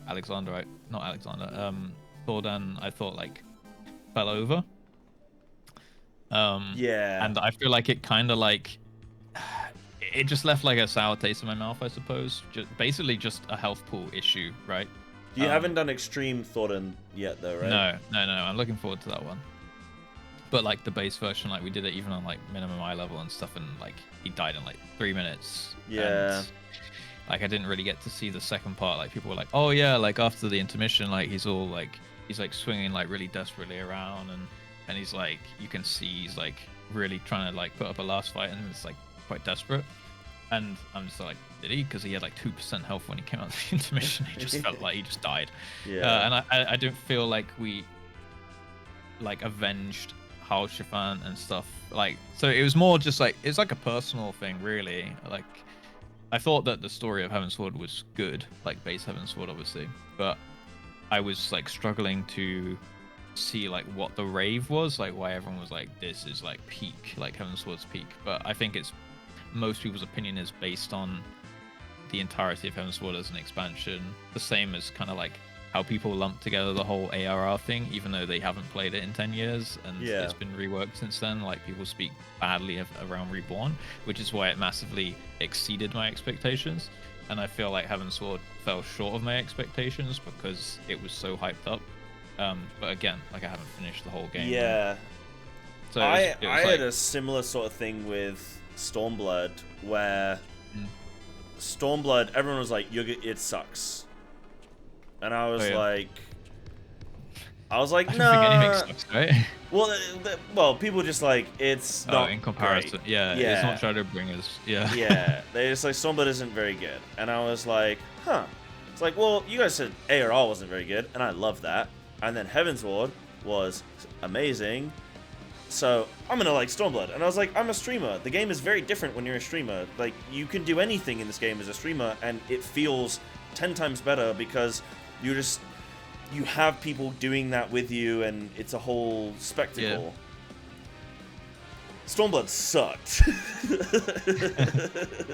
Stormblood was not good. So that's, like, for me, the way you probably feel about Heavensward is how I actually feel about Stormblood, and I'm hoping that the patch content of Stormblood is gonna blow my sausage off. Like, that's what I'm hoping for. I want 3 tugs on that fishing pole, you know what I'm saying? Like, that's what I want Stormblood to do to me, the patch content. I've heard, though, that the patch content is capable of doing that. And Stormblood, I will say, has a really awesome ending. Like, the last like, 2% of Stormblood, lovely. Well, that's the thing, right? Like, I feel like it's almost like recency bias, and it's worked against me with Heavensward, because I felt like the middle of Heavensward was really, really good. You know, like, I feel like it started a little bit slow, and then it built up, and then you do like the Airy, and then you like slay Nidhogg, and then like Estinian goes red, and then fucking there's a riot in Ishgard, and then Aenric gets caught, and then the vault happens, and it's just like, oh, fucking hell, what's going on? And then it's like a slight like decline, and then it's like, okay, let's go find the key to Azizla, and then you're like, all right, we're doing a little bit of chores now again. Yeah, and then like we go there, and then like straight after like your sail happens, and it's like, you know, your sail with the ship, and it's like, how can I do this so soon, you know? And then it's all kicking off, and I think like it's maybe just honestly like because like the very last thing I didn't like hit as hard as, you know, the rest of it. I feel like it didn't ruin it. Like, I have to like zoom out and look at the whole expansion storyline as a whole, but like I felt like the ending was like not like a letdown, but like a letdown based on my expectations. So I think it's like a lesson to be learned on like setting expectations. Yeah, you have to be careful, because people are gonna come in and go, "Oh my god, you're gonna love this thing, or you're gonna hate this thing, or whatever," and you have to, well, yo, let me just see. Yeah, because I didn't have that coming into. You know, my perspective was entirely different coming into A Realm Reborn, because I was like, lol, I'm a dying WoW streamer, this is a Hail Mary, I'm gonna play this game, and if it's great, cool, if not, no loss, I'll go get a real job, lol. Like, that was literally my like scope. So I had like no expectations, and I was like, it'll be great if I like it, and then I turned out liking it, and then I was like, why does everyone shit on A Realm Reborn so much? Because like, you know, it's world building necessary and all that stuff. But I think hopefully the patch content will pay off, because I've heard people say like it just goes crazy from like 3.1 to 3.3 now, and then obviously the Stormblood like build up begins after that. So hopefully. Well, I'm trying to think about the Stormblood build up. Oh yeah, Stormblood build up is oh yes, there's some good stuff in the Stormblood build up. Some good stuff there, man. That'll be real good to look forward to. Yeah, I feel like the patch content seems to consistently be some of the strongest content for me. ARR patch content, super strong. Even though a lot of people say it's weak, I think it was super strong. I think it's because in every patch something has to happen, right? They need to develop the story somehow. So it's like very short spikes, like it's like 10 quests, but you get a trial out of it. Yeah, you get like a full storyline in 10 quests rather than like a 30 quest banger or whatever. Yeah, and I'll do a patch a day, so I can start the morning on a fresh patch. And by the end of the day, I've had payoff, which is a really nice stream experience as well. So I think the patches are like super strong. Yeah, I think for me, Stormblood struggled because there was no cooking for me. There was just a lot of stuff happened. And it was like, okay, that's happened. But there was not enough like, well, what does this mean? And where is this gonna... It was just very much like, we need to do this. Let's do this. We did this. What do we need to do now? We need to do this. On rails, kind of. Yeah. Yeah, there wasn't much room. Whereas like in ARR, you're cooking constantly. You're like, who are these Ascians and Scions and Bahamut and like what's happened and the Alligans and whoa. and you're trying to piece this world together. And Heavensward is really good because there's a lot of...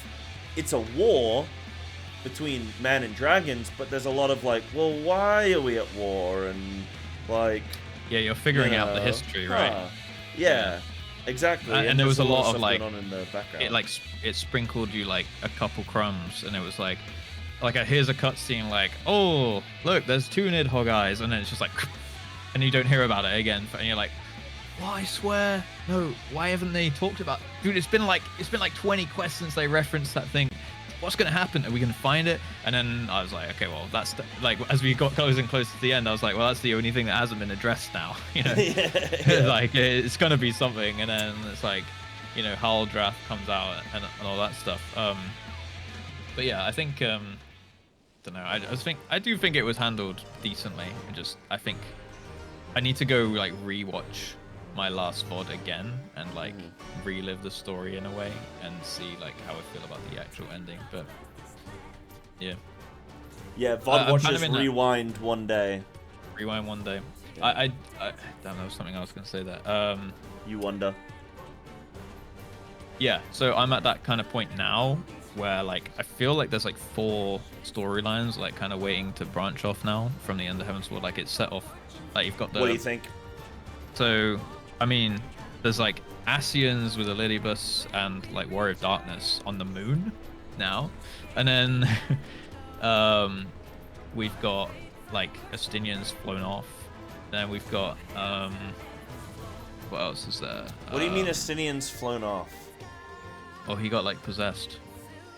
He took both eyes of Nidhogg, right?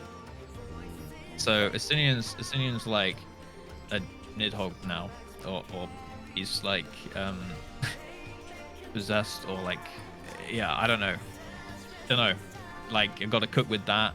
I got to cook with the like the Warrior of Darkness, and I feel like there's like 2 more things. Like Midgard Soma, I'm hoping it's gonna like grow up back to like original Agrius Midgard Soma size at some point. Like that doesn't need to happen anytime soon, but I just hope that happens over the arc of the game potentially. And then the Empire is still fucking around.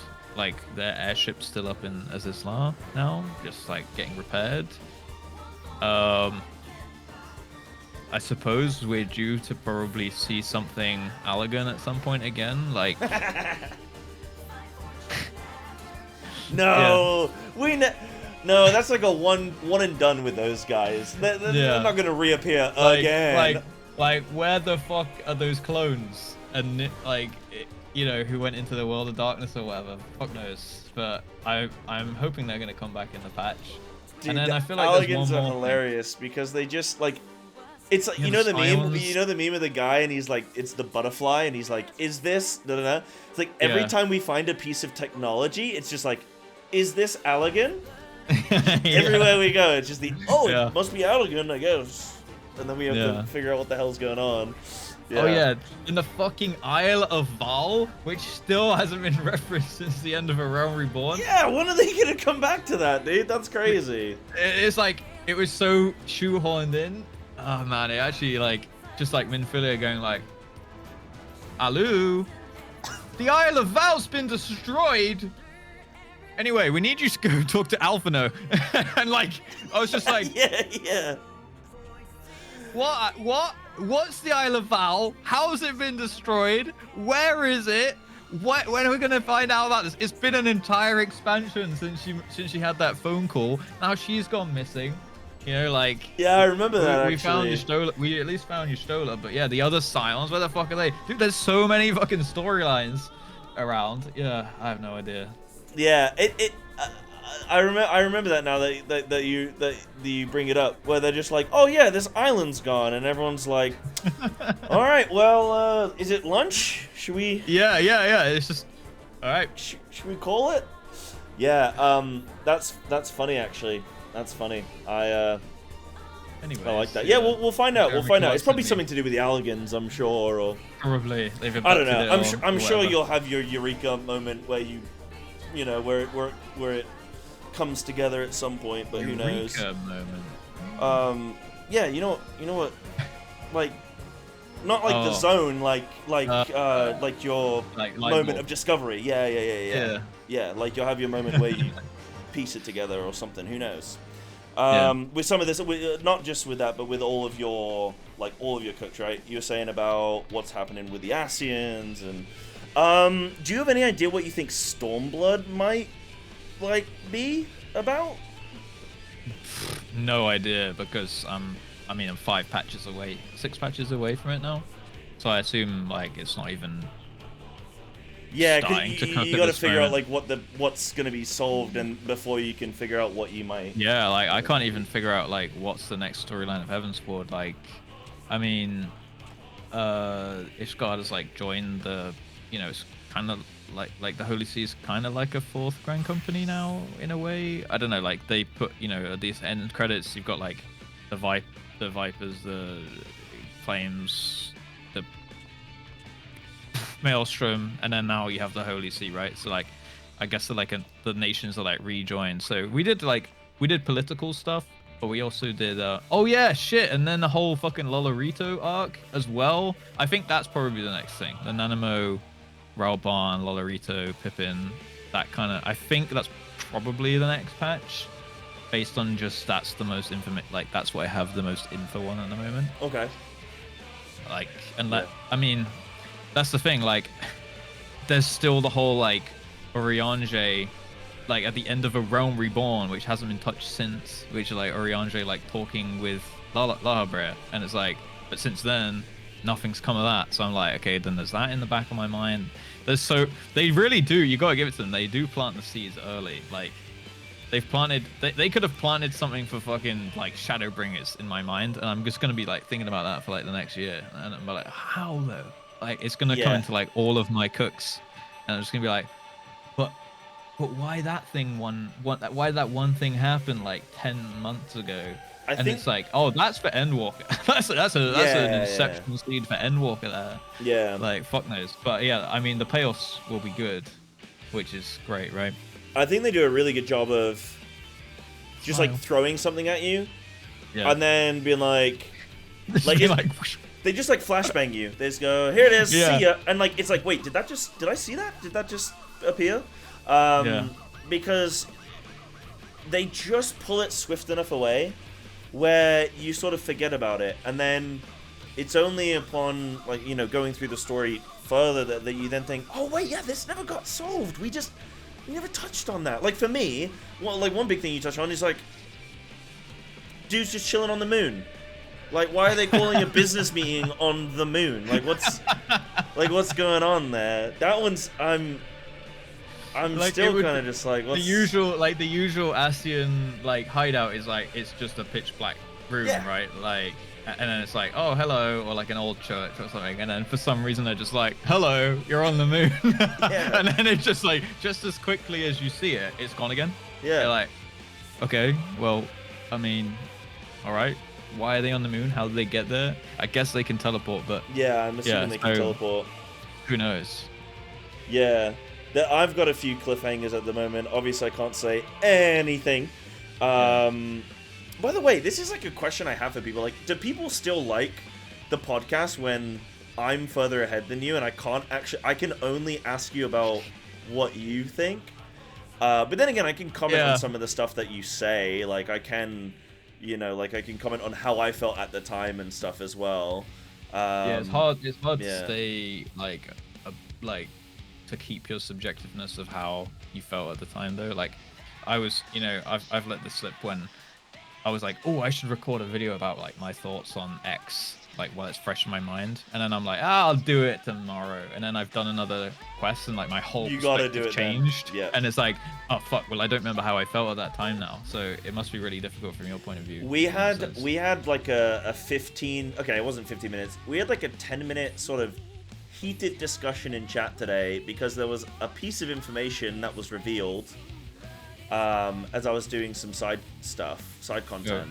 Like a spoiler in chat or no, like it wasn't a spoiler. It was like spoiler adjacent. It was like chat reminding me of something that had happened that I'd already seen it, but they were refreshing my memory unprompted.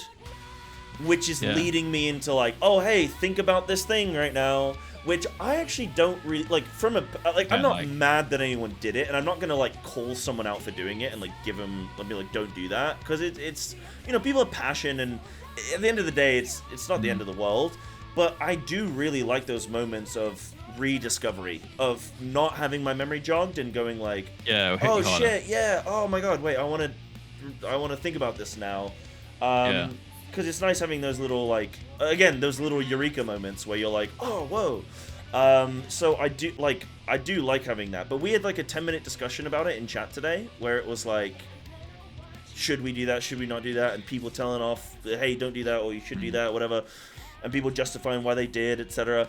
And then literally 2 quest boxes pass, and I get revealed all the information anyway. So it's like, it's one of those weird things. Yeah, it's like, oh, I feel bad for like getting annoyed about it, but at the same time, like the quest box, like you might have been in that moment, like, oh fuck, that's why that thing happened, and that's why that. But you like preemptively made the connection now. Yeah. So it's like the whole like foreshadowing thing, and I think most of the time it is accidental.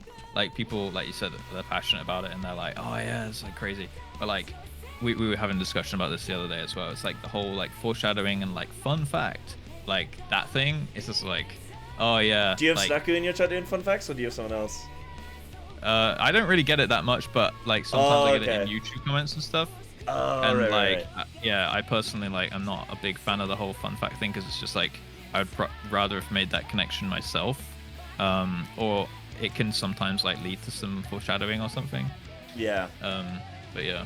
Yeah, it's a weird one, because it's like, it's not spoilers, right?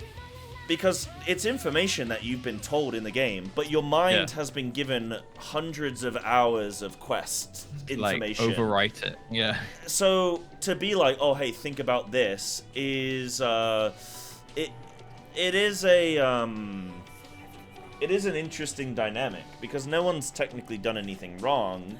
But for me personally, I like just thinking of things, and if I maybe meet a character and they're like, oh, it's, you know, and I go, oh wait, who is this guy? Like, should I know this guy? And then they're like, yeah, they're a side character. They were here in the background, and I'm like, oh, I would have never have remembered that. So I don't mind that you told me. But then sometimes people might say something, and I go, I really would have wished if I actually just thought of that myself.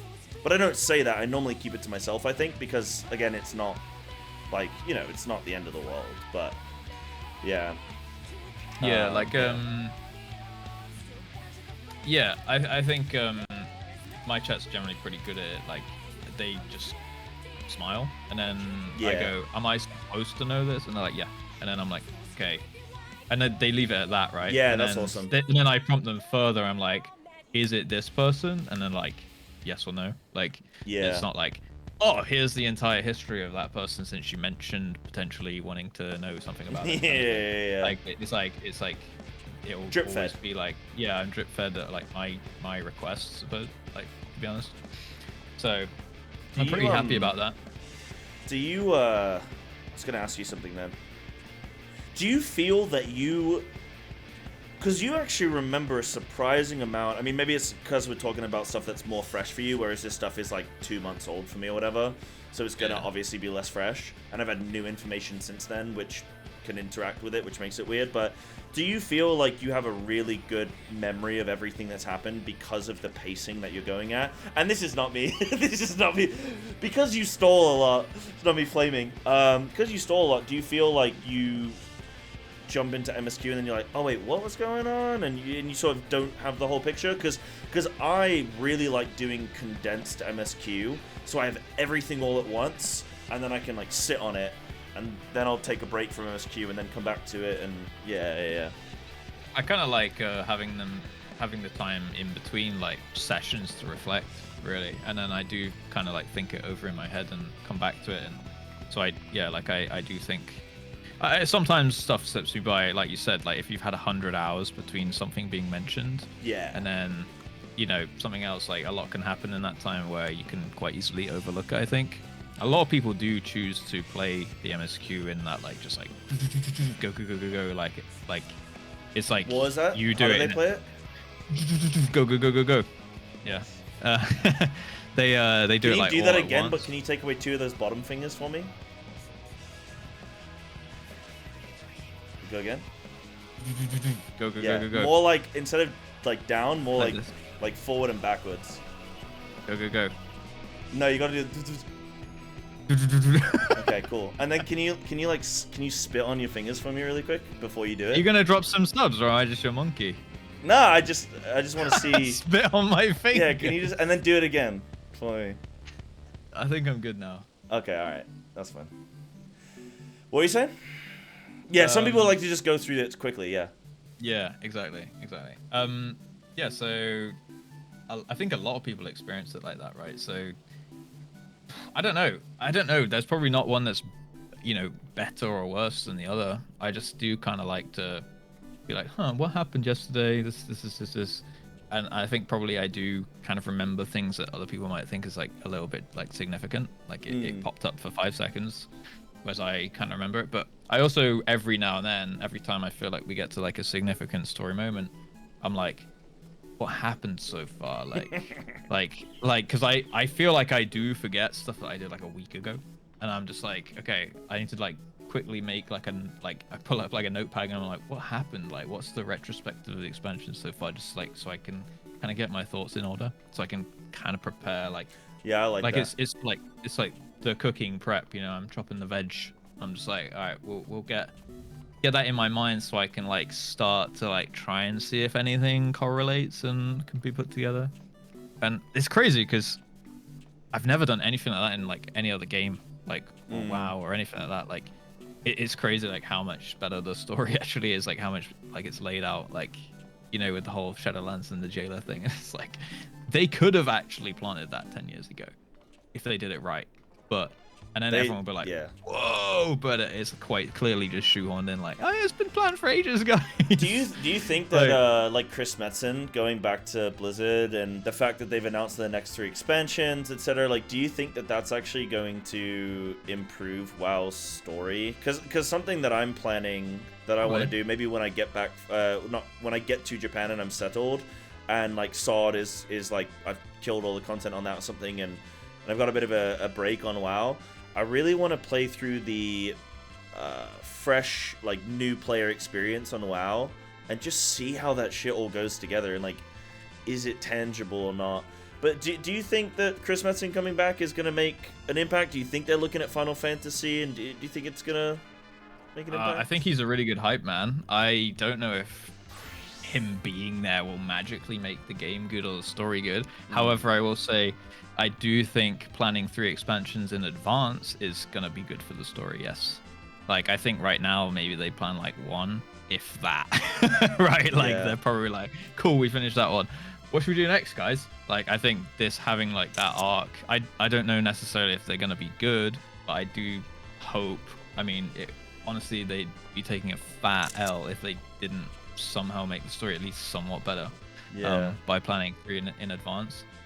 Like, I don't know if it will save the game, but maybe they've taken a page out of like Final Fantasy's book in terms of like starting to plan ahead. Like, they'll hopefully drop stuff for, I can't remember the names of the expansions, but the 3rd one, hopefully they'll start building that in the first one of the 3, right? Like, and there'll be references throughout, kind of like how there probably is like Stormblood and Shadowbringers references in ARR, but you don't really feel like you know them until it clicks, like later on you have the Eureka moments, like you said. I'd hope they'd set it up like that, but it's Blizzard, and based on what currently exists in the world, after anything Warcraft 3 and Wrath based, I wouldn't hold my breath, you know? It's really weird, because I don't know how they're gonna like do it, because I just don't know how you go and sort of because everything in WoW is like canon, I guess, but I don't know if they're gonna just scrap everything and say, right, imagine that none of this happened, or imagine that it did all happen, but this is why. I don't know, because like they could be making references to like Warlords of Draenor or something, which is like 6 expansions ago. But then is that gonna be like, whoa, dude, this happened in Warlords? Like, whoa, that's so cool that they mention it now. Or is everyone just gonna be like, oh, this is all still weird? I don't know how they're gonna do it. And it also makes me think about Final Fantasy and think about where they're gonna be at in like 10 years from now. Because you think, right? Imagine you're a new player coming into Final Fantasy. 10 years from now, you have over 1,000 hours of MSQ to tackle.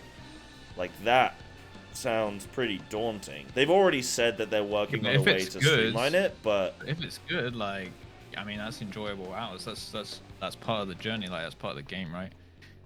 Like, if you're a story-driven player, I can see why, you know, WoW players coming in who are like, I like M+ and I don't do anything else. They're like, okay, I want to skip that shit because, like, they don't have any interest, and then they'll end up quitting the game because that's not what, like, they've built a house on sand, you know. So I think, yeah, I don't know. I don't really know how WoW's gonna do it. Like, I feel like they just take something, they throw darts. They throw like darts, and then they're like, cool, let's run with that. Like, they had the sword instead of the thing, and they were like, they didn't think when they put it, like, how are we gonna get rid of this, like, years down the line, right? Like, that's the whole what sword thing. I feel like what's the Shadow Priest weapon? Like, that's the new villain. Xalatath or something? Xalatath. Like, it was like a Shadow Priest weapon that didn't have like any other integration into the game, and then there was like one quest line in BFA that like basically nobody did, and then they're like, yo, this is your new big bad villain, it's been plotted since the beginning. Like, like most people, like 90% of people are like, who the fuck is Xalatath? Like, what? And then they're like, oh dude, it's been there since Legion. And it's like, has it though? Because it wasn't in the main game. Like, it was all side content. Like, oh, you had to play a priest and you had to do like this and off thing. Salad. Yeah, exactly. Yeah, you can't have your main MSQ be based around a Shadow Priest weapon that you experience predominantly as a priest. Like, that can't be your main MSQ and be like, see, it was there. It's like, that's like in Final Fantasy if the Ascians only appeared to you if you were a black mage, and then the whole MSQ was built around that. And so you didn't interact with them unless you were a black mage, and then they were like, well, you should have played black mage if you wanted to know the MSQ. You'd be like, what? That doesn't make any sense. It's like Alcazalca being the final boss. Who? Exactly. He's a guy that stands in the Marauders Guild, but he also has a Scholar quest. Oh, interesting. That's interesting to know. There you go. Yeah. But you wouldn't know that if you didn't, you know, hang out there. I wouldn't know because I don't sit in there for 6 hours a day. I am curious. Have you noticed a lot of void-based enemies and story snippets here and there? You may have not yet like tons and tons, but you definitely have since ARR, and there'll be more that follows. Like, I don't want to lead you into something, but like, the void seems to be like this force that is present in the world, and I don't have enough answers yet for why. But that's something that I've like fixated on. Of any time there's any void discussion now. Oh, my headset just died, so I can't hear you. But one sec. But anytime there's void stuff now, I like fixate on like, okay, what's going on. We're shrugging him. Huh? We're shrugging. We think maybe you even said too much already. I don't think so. I don't know. I don't think so. I mean, the only like, the only void I can think of, and I kind of forgot it until someone just said it in chat, right? Like the Crystal Tower, and I mean, Ascians. There's a dungeon. Somewhere. There's a dungeon as well. Yeah. In where? There's a couple dungeons actually. In ARR? ARR. Yeah. You do a couple dungeons that are void. So, I mean, yeah. To be fair, like I've seen like demons. Is that count as void? Like the whole Diablos. Honestly, I don't know. I don't know. Yeah, I'd love to know.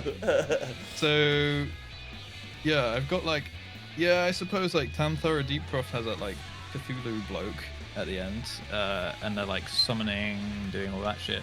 I don't know. I've never even given it a second thought, to be honest. Really? I was like, okay, it's a fancy game. There's shit. Well, shit. You know what, Russ? Yeah. I mean, it's not even like a spoiler because I don't know that it actually means anything. This is the thing. I'm also in the dark about this, but like, because there's not been anything. Yeah, like Hawk Manor has Void Sent. I think there's one. There's Diabolus, right? I think like he's voidy. Well, yeah, he just looked like a demon-y guy, but then there was like doors. Yeah, exactly. There's Ferdinand in AR Dungeon as well. You know? I don't know what further that is. Ferdinand, he's the clown in one of the AR Dungeons. I can't remember which one. Oh yeah. But there's like all this voidy stuff that I'm just like, I don't know. I've been looking at it. I never gave it a second thought, to be honest. Yeah, a bunch of people. I don't know. People are telling me like spoilery stuff, but like, I don't know. Like I'm saying, like I don't think this is just something that I've noticed in my store. I don't think this is spoilers because.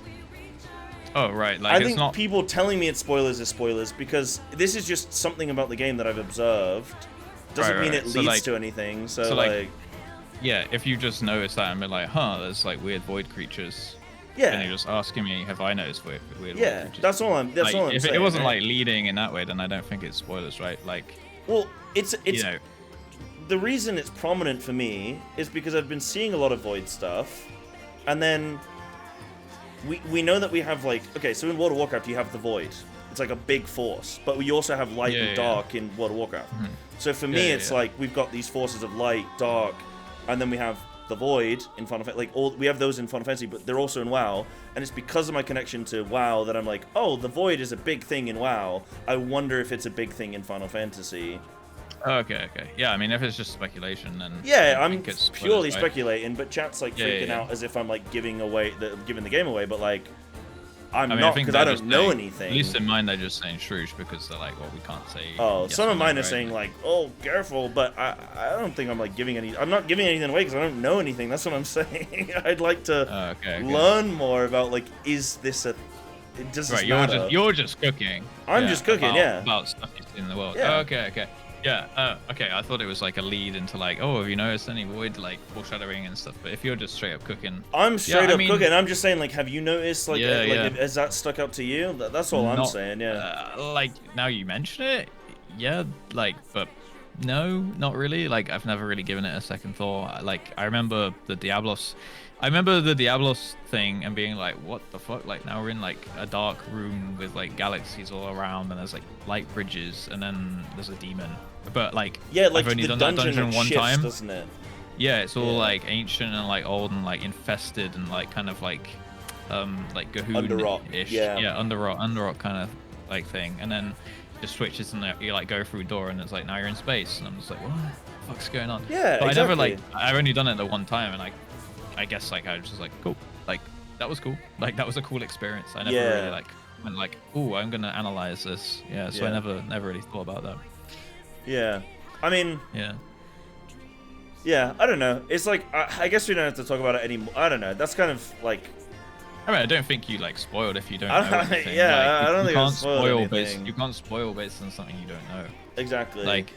Yeah, like, and then like obviously both of us are aware World of Darkness exists because we've done Crystal Tower, so it's like exactly like the signs are there for stuff. For you, like it's not like I'm bringing up a concept that is alien. No. To you, like, so I don't know. Like I've noticed. I just thought it was like a marker, but like anytime that you do like a quest where it's like go over here and slay these, like defend this person, there's always like a shadowy kind of like void-looking cloud, and then like the enemies spawn into that.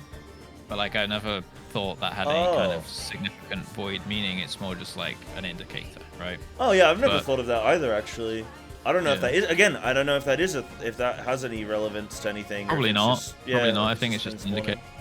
Yeah, but no, I hadn't really thought about that. Like, I do remember those two dungeons specifically. Like, there was like Diablo and one, because I did them back to back, I think.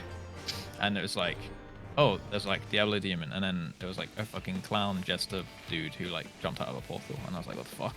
But I never really thought about it beyond that. I was like, oh wow, they really swayed away from traditional FF stuff here, and then that was like, never thought about it since. Yeah.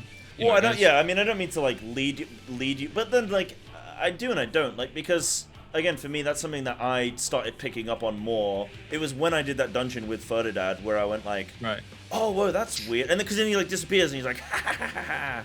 Yeah, like. And I was like, oh, that's kind of weird. And I think like as I've like been following the story with the focus on light and dark, and then there seems to be this like other force that isn't attached, I don't know, to either one of those, you know? So I'm like, is this a third power? But like no one talks about it, so I don't know if maybe it's relevant in future. Like, I don't know, Shadowbringers, like maybe it's relevant there or something.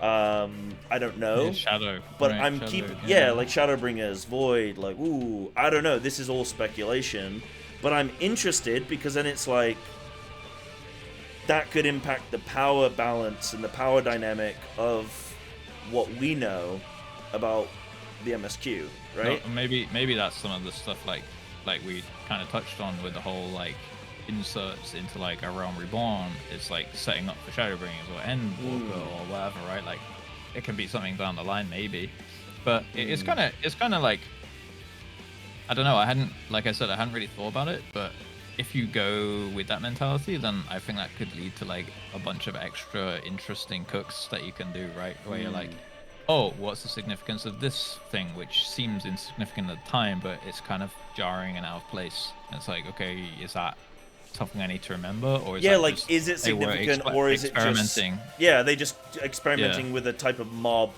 you know, like a type of enemy, right? Yeah, exactly. Yeah, exactly. So I mean, I haven't really given it a second thought, to be honest. I think it's quite an interesting one, though. Again, it's because of the relevance to like World of Warcraft, where you have a lot of similar sort of forces and stuff, but just presented in a different way. You're on the subject of Xalatath, right?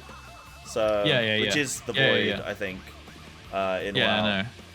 Yeah, so I like think, maybe reminded me.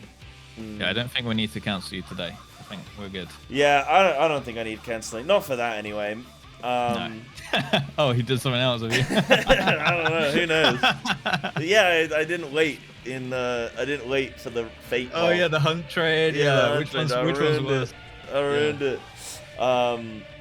Yeah. All right. Well, hey, did we should probably. I know we want to stick to like an hour today, but we've overrun from that, which I think is still fine. We've only been going like an hour and a half. But did you want to look to finish up, Rusty Boy? Did we have any like Q&A that we wanted to maybe do for 5 or 10 or? We can ask if anyone has questions and stuff. By the way, people said they did like the dynamic of you being ahead of me.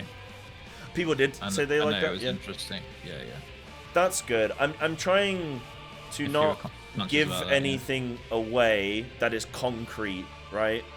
Yeah, and that's fine. Like once. And I don't think I have done that. I don't think you would as well. Yeah. Like, I think I just misinterpreted it. I was like, oh, is he like foreshadowing? Right no, now? I would never say like, hey, what do you stuff. think about like this one character? Aren't they a little bit sussy? Like, yeah, hey, what do you think about the fact that Tataru's drinking a lot more regularly? Like, you know, we gotta make lots of money.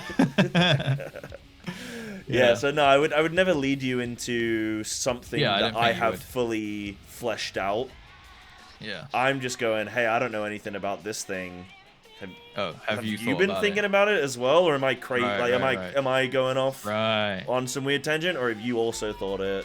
But yeah, but no, that's cool. I mean, I like the dynamic as well, where I'm a little bit ahead, but also there's a lot of things that I want to talk about that I can't yet. You can't. And then I forget about them by the time we get to come around to talk about them.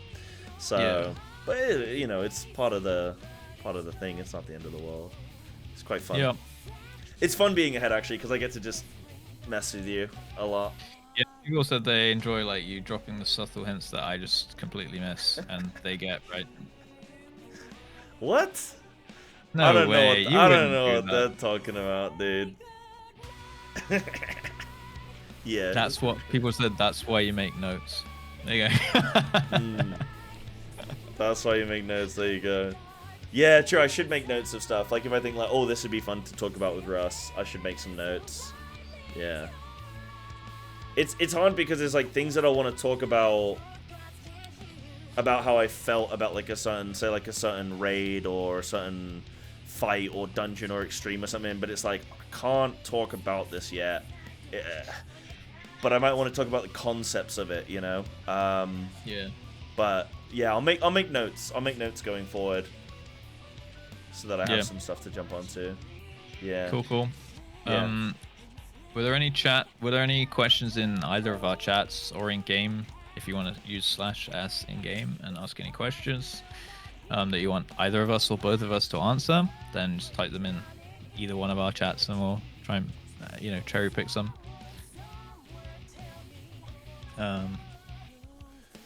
Who is more heartless and cruel? I think you. I wouldn't say I'm cruel. No, maybe not cruel. I Cruel's wouldn't say I'm cruel. heartless, maybe. I wouldn't say mean, I'm heartless either. I do like winding people up, though. I do like winding people up sometimes. Yeah. Yeah, I do that. I wouldn't say I'm cruel. I wouldn't say you're either. Yeah. What non-combat content have you two found the most fun so far? Non-combat content. Mm-hmm.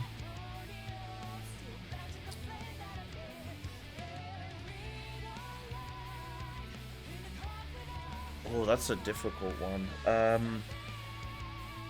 I'm trying to think through the whole game now of everything that I've done. Oh wow. I mean, it would have to just be... It has to be MSQ, I think, right?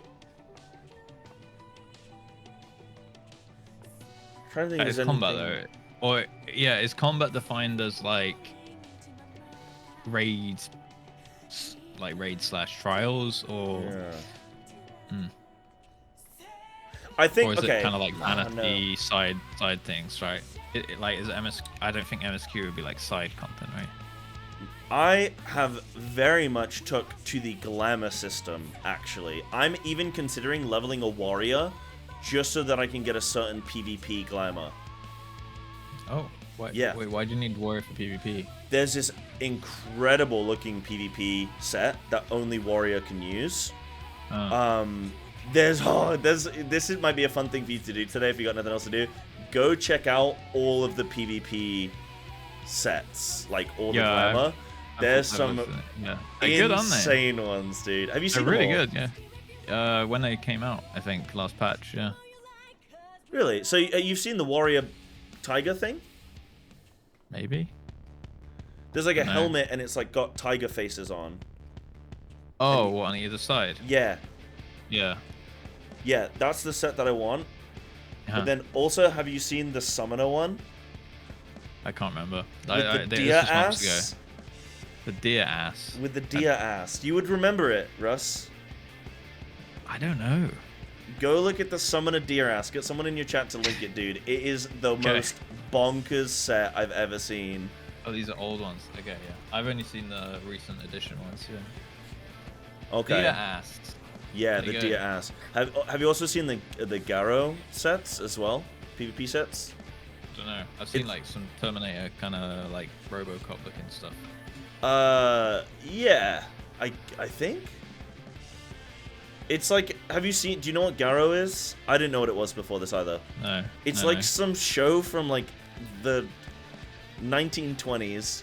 It's a Japanese it's basically Japanese Power Rangers, and it's just mental. I watched some of it on stream. It's mental, but I got addicted like immediately. I was like, I actually want to see how this plays out.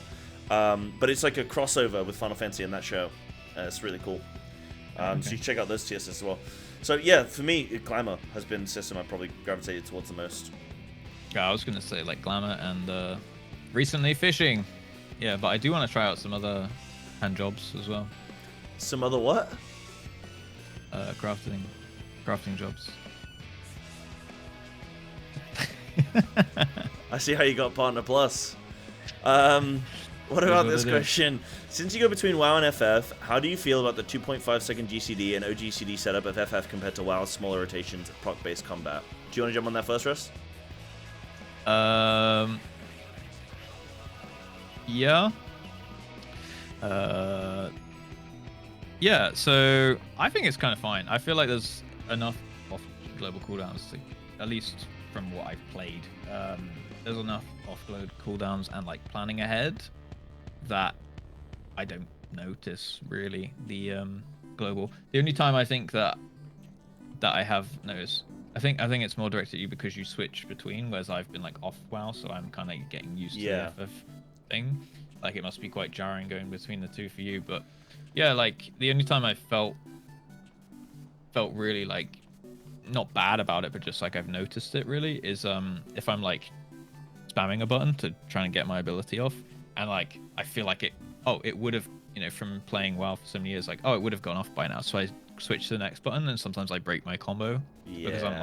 like my brain has moved on to the next button because I've been in my mind I've been pressing 2 for the last like 2 seconds. Obviously it's 2.5 for the global, so I'm like I've pressed it long enough for the WoW global cooldown, so I move to the next, and then I end up like butchering a combo, and it's just a bit scuffed. Yeah. But that's like the only time I've really noticed it. But yeah, what about you going like between the two? Yeah, that's a similar thing as well, where like I'll press a button, but there's like a queuing thing. I normally find with it's when I press like a defensive, like I'll press my second wind or like my arm's length or something, but it like doesn't go off, but I pressed it, but because the way it queues certain things, it should have gone off. That I find really frustrating because I'll end up getting punished, and I'm like, but I pressed it though, and it didn't go off. But apart from that, so Samurai and Monk both feel very complete at this level, so I am really enjoying the combat. I am jumping between WoW and FF, but like you compartmentalize, right? When you're playing in WoW, you're just in like fully consumed by that, right? So the combat also works with your GCD, and the mechanics work with your GCD and your tools that you have. So it doesn't feel weird. I definitely feel rusty when I go from FF to WoW. I feel like I'm just a bit rusty with stuff because I've not been playing it 8 hours a day. But I don't think like when I'm playing Final Fantasy, I treat it as if WoW doesn't exist. And the combat in Final Fantasy is designed so well with what your rotation is that, again, I'm sort of just enjoying the whole experience of the combat. The only thing I'd say about Final Fantasy combat is the early levels are kind of rough when you're on a job that doesn't feel very complete, but also the first, when you're progressing a boss and you're wiping on like minute 6, the first like minute where just nothing's happening in the rotation is like I hate the ramp up on Samurai.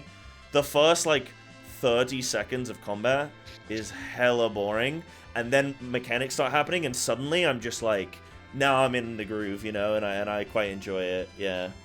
Oh, okay. Yeah, because I've only on Dragoon. I feel like it's quite front loaded. I'm getting in. I'm like, okay, I'm putting up my 10% damage, and now I'm popping my cooldown, my crit, I'm doing my dragon dive, and like all that's off the global, so I'm like trying to weave in my next thing of my combo to not have like downtime on my actual main spenders. And then after that, I feel like it slows down and I get a bit more into like a groove about it. But and then I'm like, oh shit, my OGCD is back up and stuff. So I've just recently today made like an extra hot bar, kind of like a pseudo like weak aura bar, which just has my OGCDs on it. So I can like track them a bit easier rather than darting my eyes around my bars. Yeah, that's really good. That's cool. That's great actually. I like that. I mean, for me, for Monk, like you get straight into the action as well. So actually, again, I think that's maybe class specific for me with what I just said. But the Samurai AoE rotation at level 70 is like when you have your cooldowns and stuff, and you have what's it called? It's called Ikki Shoten. That is like just you go in. Sorry, I probably should have spat on my fingers before I did that, but it's like it's just you just go, which is quite nice. So the AoE rotation on Samurai is like feels really good now. But yeah, I think the combat in Final Fantasy is awesome. It just takes a little while for a lot of people to probably get to that point, I think, before they really enjoy it. Yeah. Like some people, they don't like doing scale down content to level 50 because they've got half of their rotation and stuff. Yeah, I'll be honest, I don't like that. Feel better. Yeah, some like it would probably be better to just scale you down, like numbers output wise, right? Like an aura debuff, so you can keep doing the rotation you're used to. But I also kind of like it because it gives you a little bit of variety as well. Like. I got a friend who said he likes it because he just has to press 2 buttons, so he just like can brain off when he's doing his roulettes, and it's like he's just like, yeah, this is cool. I don't want a full level 90 rotation sweating on Samurai to like optimize in my Tantara Deepcroft. So I can see that, and maybe when I get to level 90, I will go, oh, you know what, I can't be bothered today. I just want to chill and just blast through. So I can see that actually being a thing for people. That makes sense. Did you have any other questions? Let's see. And jobs question mark. Oh, do you prefer the large group focused storytelling dynamic of Era versus the small team dynamic of Heavensward? So I think that means like Scions versus your kind of like small refugee group being Tataru. Is that aimed directly at me, Solitaire? Yeah, I mean, I never thought the Scions were really much cock anyway, you know? They're just kind of, oh, we have a purpose and we do that thing, but yeah, that's the saying, right? Not much cock. Not much cock, yeah. That is a saying. Maybe in your household, I don't think in anyone else's. You say, oh, not. No, I've heard various people say it. I think it's a boomer thing, though. They go like, oh, that's not much cock. Like, I think it's like. Would when you it like doesn't more? Quite... Yeah, exactly. It's like when you don't get enough, you know? That is a saying, I swear. Yeah, all talk, no trousers. Yeah, like, that is a saying for sure. I'm Googling it right now. Not much cock. Make sure safe search is on. Don't be on image search. Yeah. The 3 meanings of the word cock. Hello, old cock. A load of old cock. Is it not a saying? I swear it is. Maybe My it's mum not. uses a lot of old sayings, and I've never heard her say that. All right, ask her next time if not much cock is a saying. Because I've heard my dad say it, and I've also heard like some random person who's not linked to that at all. Were they together at the same time when you heard them say it? No. Okay. No. So not much cock, yeah? Oh yeah, actually, you know when you're a kid and people go like leg it? Did you ever heard someone say peg it? Yes. See? I have. Yeah. You go like, oh shit, peg it. Like if you're playing like Knock Knock Ginger, Knock and Run. You know? Yeah. There's so many Americans right now that it's just like, yeah. What? Oh, sorry. Ding dong ditch. My bad. Ding dong ditch. What's happening? Yeah, but like I said, like I just said it. I was like, oh yeah, well, like when the boss is pegging it over to the other side of the room, and everyone's like, pegging it? The boss is pegging you? And I was like, no, guys. That's the saying. Yeah, that's the saying. Yeah, it is, right? Yeah, that's the saying.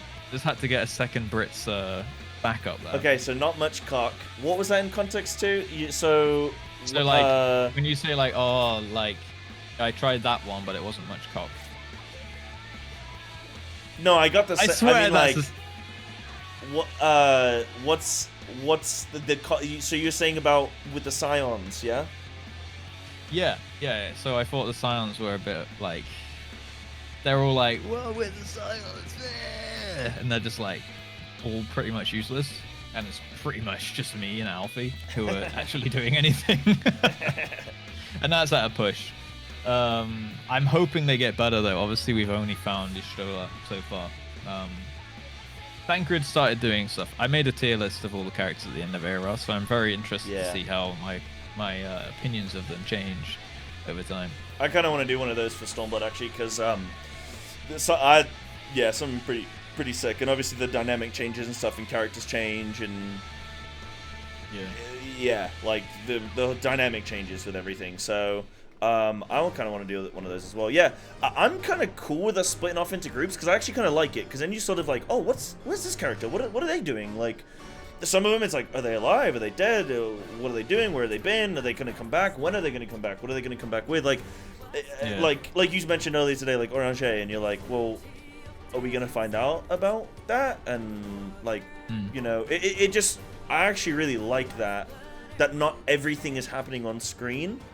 But ultimately, when it does when things get revealed on screen, it just fits. It's not like it doesn't feel like a cop out where you're like, oh, they went and did something really significant, and then they just told me about it, and then I missed out on seeing that. It's like, nah, okay, I think that's actually like, oh, while you were doing that, like the Thanker had fucking slayed a demon. Like, oh, okay.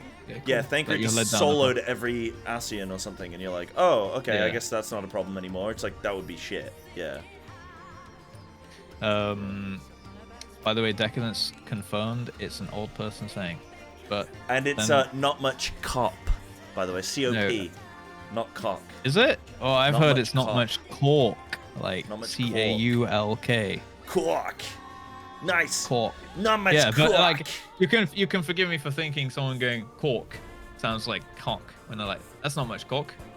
So you just had people in your life letting you run around say that a bunch? I've said it multiple times, yeah, when I've been like that's not much cock. With that, and someone always goes like sorry, take that back a sec. And that wasn't a clue for you? That wasn't a clue, and literally no one else you've ever interacted with was like, what? Well, I was like, they were just like, okay, boomer. Like, yeah, I don't know. Look, if that's one of your all-time favorite sayings, I'm not gonna take that away from you, man. You treat yourself. But right, Russ, I gotta go, man. I gotta dip. Yeah. I gotta head out. Cool. This was fun though. This was good fun. We'll do one more podcast before I have to go to Japan. Yeah, I think we'll do one more. I maybe can do one in my solo fun. We'll see how it's going. In your what? In your solo? Oh, well, we can either do the 16th or we can do the 23rd. 23rd works for me as well, which is 3 weeks from now. Cool. That also works. So yeah, we'll figure something out, man. But thank you very much for today. I really enjoyed that. That was fun. Awesome. Yeah. Me too. All right, take it easy, Chief. Cool. See ya. Bye, chat. Bye. This has been Russ's Between chat. Two Sprouts, episode 8. This has been Between Two Sprouts, episode 8. Thanks for watching.